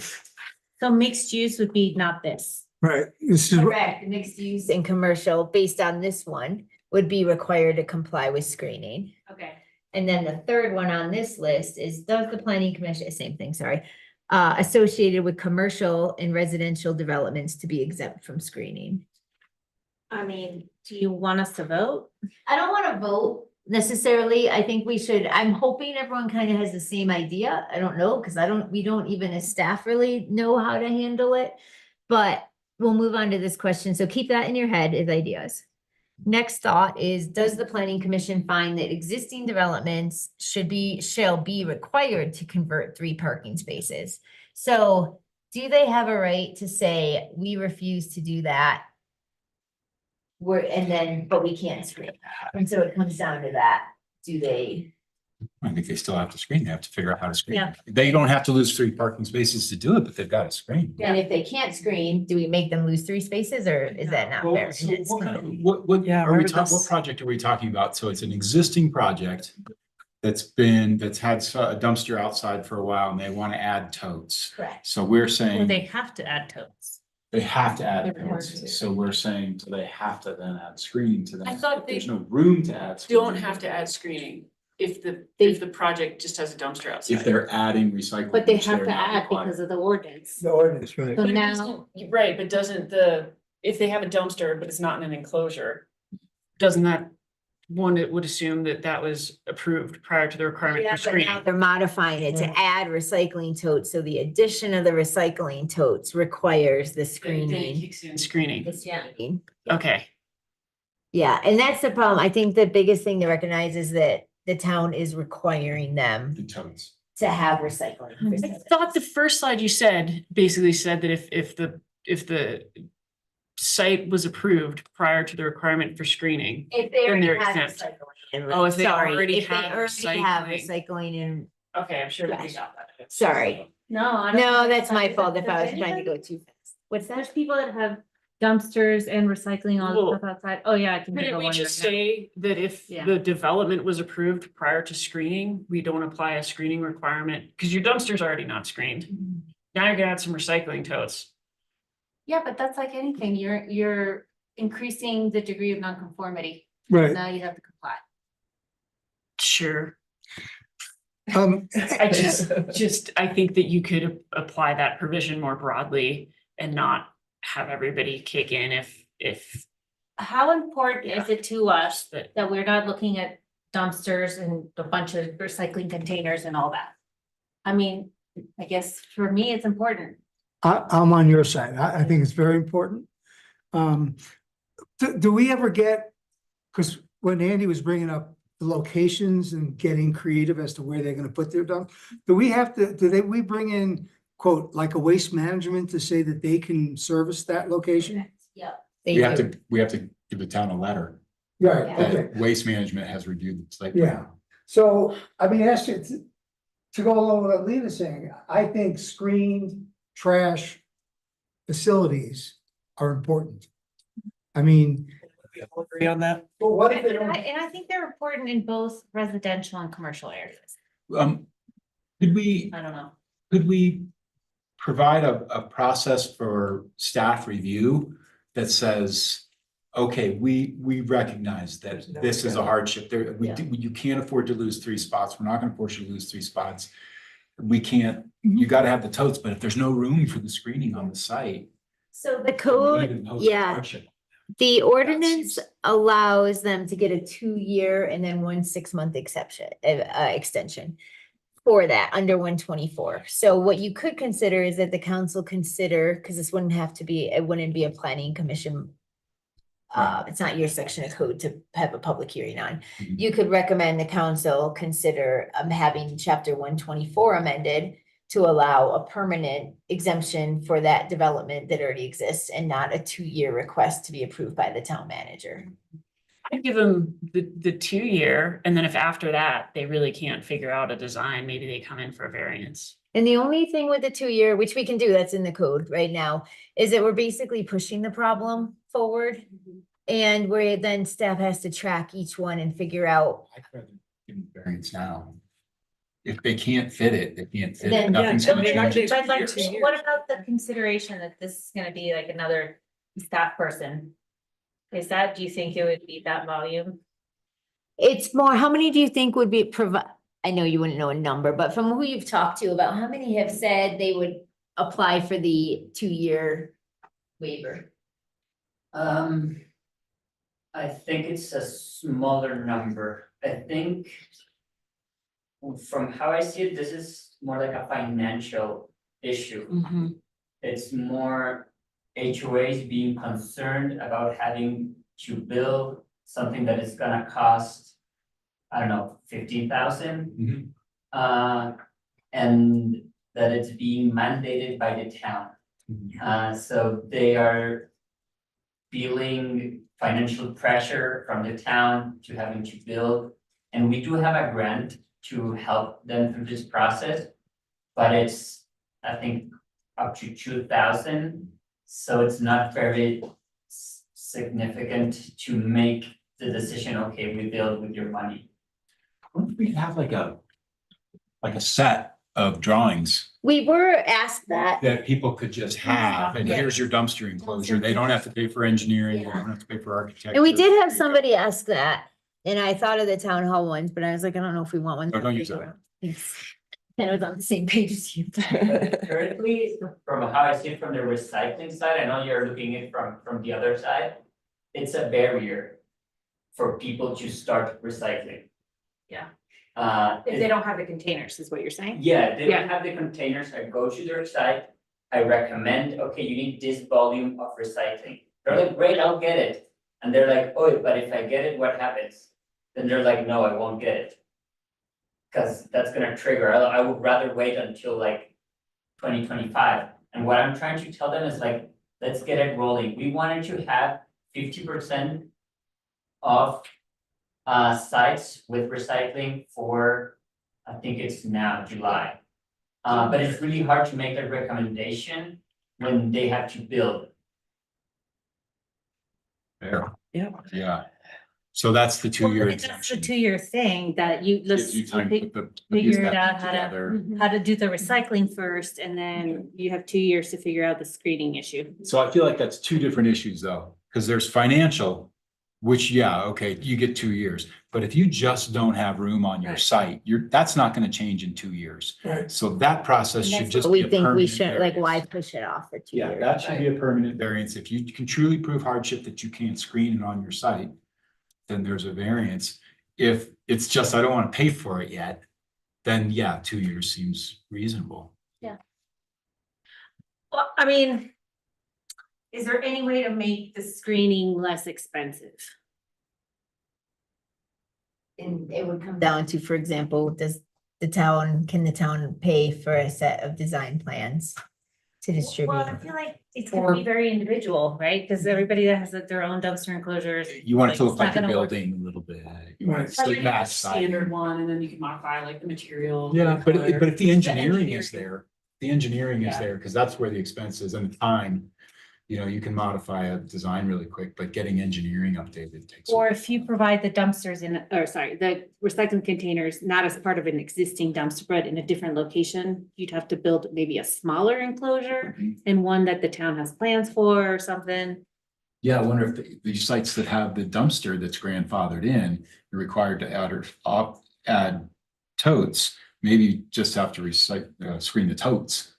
Right. Right. So that you don't necessarily have to go back and fix your dumpster that's in non-compliance, but you're not increasing non-compliance. I don't know. That's cheaper. It for is them. cheaper, but I'd rather look at Sure, I recycling would too, containers but- than a dumpster. But we don't want to That's put overflowing. roadblocks to recycling, like the recycle, what's more important? Well, Getting people recycling. I mean, The other thing I would just be concerned if somebody says, I don't have room on my site. Okay, you don't have room because you have a dumpster that's currently sized. Right. At this point, Yeah. like, we might not know, maybe they actually do have room on their site. I just don't want to make that variance too easy No. for them. Cause I really want to say, why don't you get a smaller Right. dumpster first? No, you have to And- prove hardship, I think. But yeah, You I just do think it. that standard should be high. And another challenge is that people can add recycling and we won't notice. Right. What do you mean? Why wouldn't we be able to see it? Because they call waste management and they say, hey, I wanna add recycling. Now they have And a it shows code. up. And we probably wouldn't How would I notice. know if it was there? Oh, because you Before. don't remember? You might. Yeah, I don't remember. Yeah. You never knew. How do you not know every site? Well, you have to have a photographic memory. You know, I mean, the other thing is, it is a new procedure that's happening. Correct. So the numbers aren't in, if the reality is you're using less trash once you have a successful recycling program. So for that alone, we need evidence. We need to see what's really going on. So that what we're talking about is going to going to a smaller trash. That maybe the whole thing at the end of the day is equal to the same volume as where you started.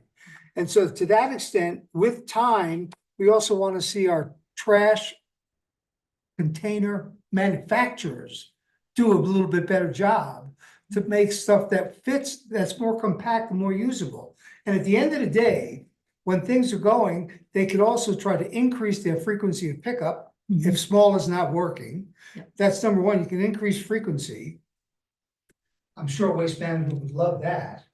And the other part, you know, if it's a bigger place, maybe they bring electric to it so that there is a compact as part of it.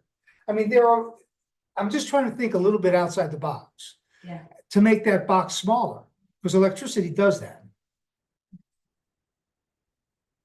I think right now we require also space for composting. So they have to, when they build it, even if they don't have it, they need space. to think about having space for compost, recycling, and trash. Are So we gonna get to the? Can we vote on that?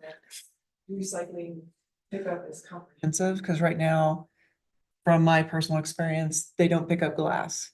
Correct. So as a resident, you're asking to build a screening, get recycling, but then I still have to take my glass. Right? And so that's gonna stay. Yeah, the glass thing is a Just a separate, no. a separate issue. Yeah. It's fun that you get to go to the recycling center with your glass. Yeah. It's a great time. I And live then here, drive over I and get spend all of my flat time at the tires. post Is it- office and recycling. That's what I do. Bring the kids to glass recycling. The kids love glass recycling. Oh, sure. Oh, throwing the glass into the bin. Yeah. Just in interest of time, Yes, I thank think, you. I would hold people to what the code says, make the variance standards high. I do think there can be some modifications, you know, maybe we give them this 2-year extension. I do think, what is it, June 1st of 2025?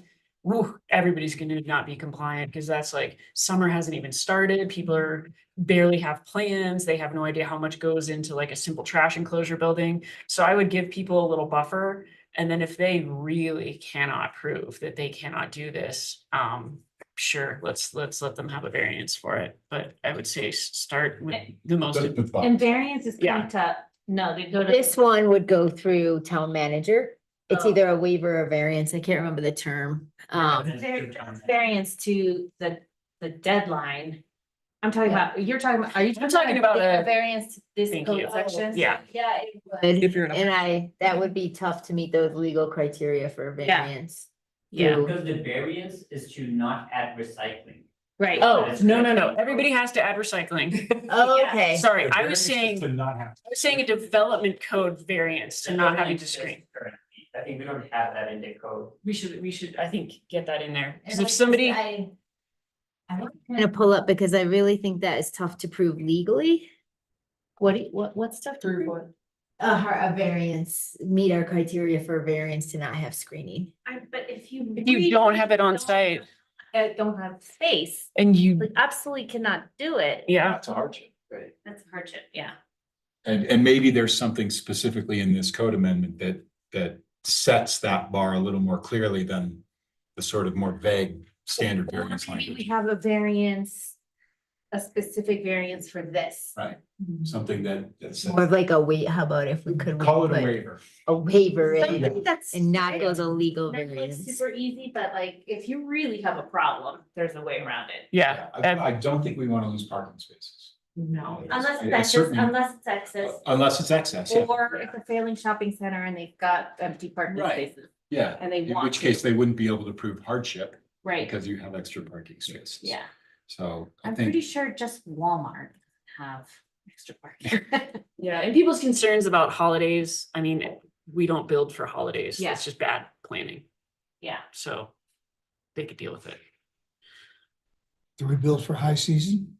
And they can change the frequency for holidays. That's Yeah, what they sure, do. exactly. We're not planning for Christmas week, trash on Christmas don't week. build a That's church all for I'm Easter saying. Sunday. Yeah, Yeah. I agree. And then the town would be willing to provide plans for building of structures? I would think, It would be a talk for town I council. think we could Okay. pretty easily provide a base set At that you least could take something, and right? modify, just have it That sounds like structural. an offer to me. yep. We're curious, we're curious. I drew the dumpster up here, the first one. That got rejected and then that one got built. Sounds like you have Plug in. experience. One in the white cross. I was a Experience dumpster guy. designing dumpster enclosures. What would you all think about making it an allowable administrative adjustment? Which we have certain ones that we allow, we don't allow them often, but it's a director approved based on the code language. But consistent with the zone district, meets applicable building safety code, so all trash would. Mhm. And then the requested modification is to compensate for a practical difficulty or unusual aspect of the site. Not shared by landowners in general, or a better design practice. I mean, yeah, you can Yeah. Yeah. start with this and add a couple more So things. we add it basically to the chart, and instead of having like a 10% modification of a front yard setback for an usual, we allow screening Waive the to be screening. waive screening requirements as administrative Yeah. adjustment. I don't mind administrative adjustment, but I don't want it to seem or be super easy. Yeah. Yeah, I want them to have tried for 2 years with a smaller dumpster, And- or, yeah. you know, have them really, I mean, maybe they don't need to go that extreme, but like have them really. Yeah, and so if your little criteria there don't cover like what we're saying. Yeah. I don't know how, but. Should we go that route? I'm comfortable I with that. feel I that. think you guys I would set the bar right where it needs to be. See, you got us to a different spot we hadn't thought of, which we knew you would. So, thank you. I think that's a good in direction. Whereas it's not a full variance legal coming to you for everyone, but it also is giving them an option. And that Nico can tell them, we are working on a code modification. It'll go through planning commission and council, but At least they have an avenue to plead their case. yep. Yeah. But they will have to build mostly. That's like the intention. Yeah, The intent is that absolutely. most people need to go ahead and screen per our code, but recognizing that there's And the circumstances. motivation is visual. We want to not see dumpsters. Or recycling, yeah, Or have I mean, when you recycling see, a flying lot- everywhere, yeah, Does all the time. Because the wildlife, I think we can cover that concern through other Right. areas, like locking it, there's like different. Yeah. containers, but the motivation is visual. I just wanna understand, like, Yeah. when I'm talking with HOAs, like, would Good they ask me, question. like, why do I have to do this? And it's because we're trying to make a more beautiful town where we don't see dumpsters. Yeah. Yeah. And this wouldn't apply to any new construction, because no new construction can prove a hardship. I would hope that they. No, I agree. Yeah, Yes. So this would only Yeah. be for those grandfathered projects It's that are. for these existing, anything existing today. And there are ones that Nico has talked to and brought them up, and I was like, I don't get it, I think they have plenty of room. And so it is really looking at them and their operations, but let them show us in a narrative, but at least we're giving them some option to where we're not gonna necessarily require 4 walls and a roof on every tote that's gonna go in that we find. 95% of them. Yeah.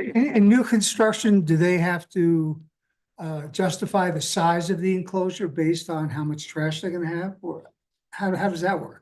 That's through that waste management letter, where the waste management is reviewing the dumpster plans for how big is your enclosure, how big a dumpster are you proposing Right. versus how many. And so now bedrooms. that letter's gonna change for new construction, because it'll have to have both recycling and trash.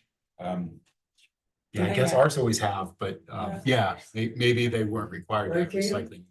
I'm sorry, I missed it. I just remembered Kelsey sent me questions this afternoon about this too, and I wanted to skim them. No, so for new projects, Waste Management's letter will have to show that the enclosure will be sufficient for both trash and recycle. Correct. And compost and glass.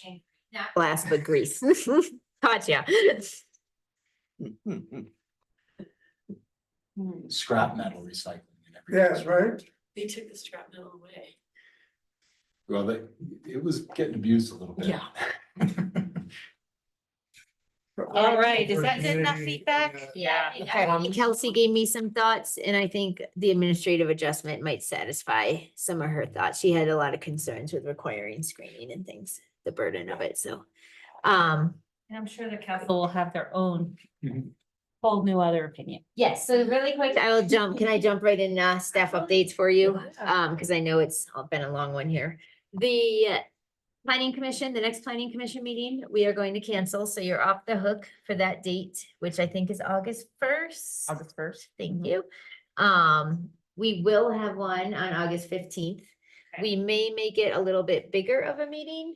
You will have, thank you, Nico. Bye. Appreciate it. We will have a sketch plan. For 909, a new triplex over on Lake Point Court Circle. Thanks, I should just have you, Chris. Luckily, Chris is starting this one with a completeness check, and so she will be very familiar with the project, and it won't be jumping in 90% of the way Is it a through. vacant site or? Vacant site Okay. over on that circle where the rec path drops Yeah. out, I was so. like, what's that site vacant? Yep, now it's gonna become a triplex. It sold recently. You're gonna see a triplex coming in for that. We also probably would do a comprehensive plan update for the group, since you haven't seen much. The survey and the public participation results just came in this week. It's a very humongous long document that Chris is weeding through, but we feel like it's time for an update to the planning commission on where we're at. And the only other one I had is on, if you could mark your calendars on August 27th. Tuesday is going to be another joint planning commission council work session. Yeah, Tuesday, August 27th.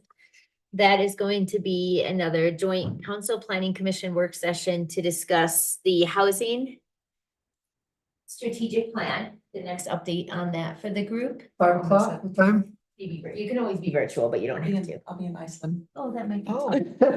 What time? You don't want to see your back. Time to be still to come, because those schedules aren't quite finalized. I try to ask them, and let me know if this isn't okay. I asked them to try to put the joint ones after 5 PM. And not, the meeting starts at 4, but try to respect those of you who have the kind of work hours till 5 at least. I ask for them to do it not at 4 o'clock. I don't always get that request, but that's usually my request, is so hopefully after 5 PM. Is there anything that would be worth me reviewing prior to giving feedback?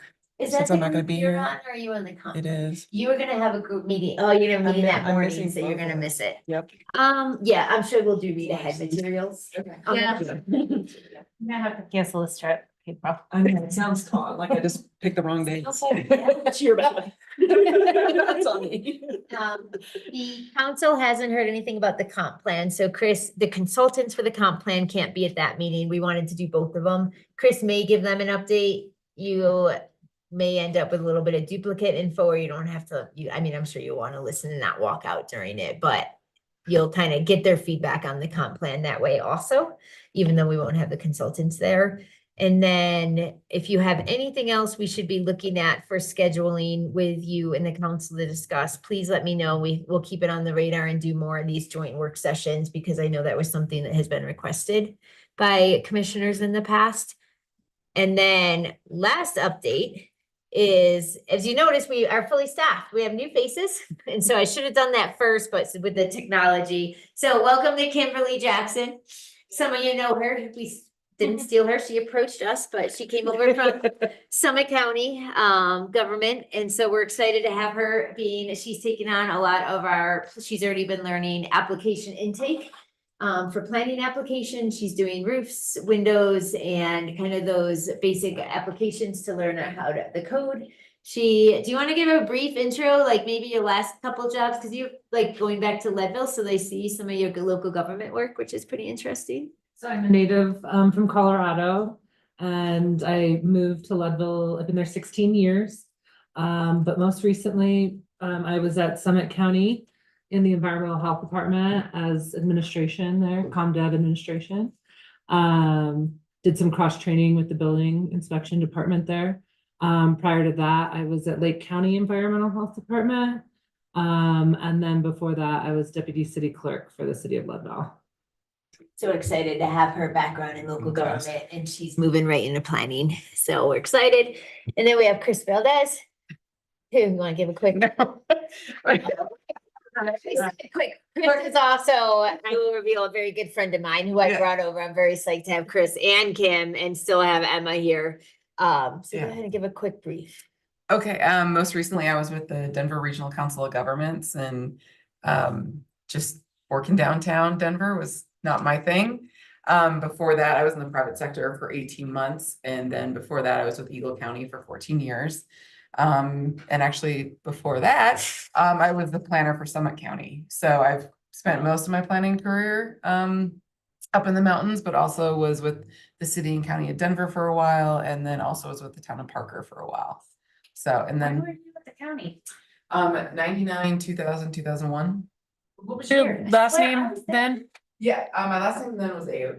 Okay. Yep. I think I've seen some of your staff reports. Yeah. What was it? I was there in 2000. Yeah, I was there. What? Oh, you guys. I know. I remember you, but that's okay. It's all good. Yeah, school of that. Yeah. So yes, we're Yeah. excited.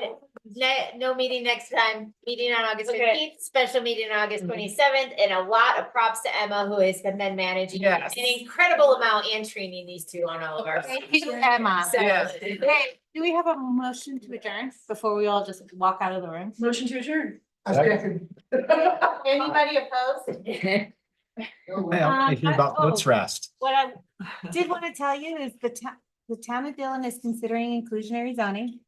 They would be the first, the town of Dillon. Sorry, anybody hearing that, but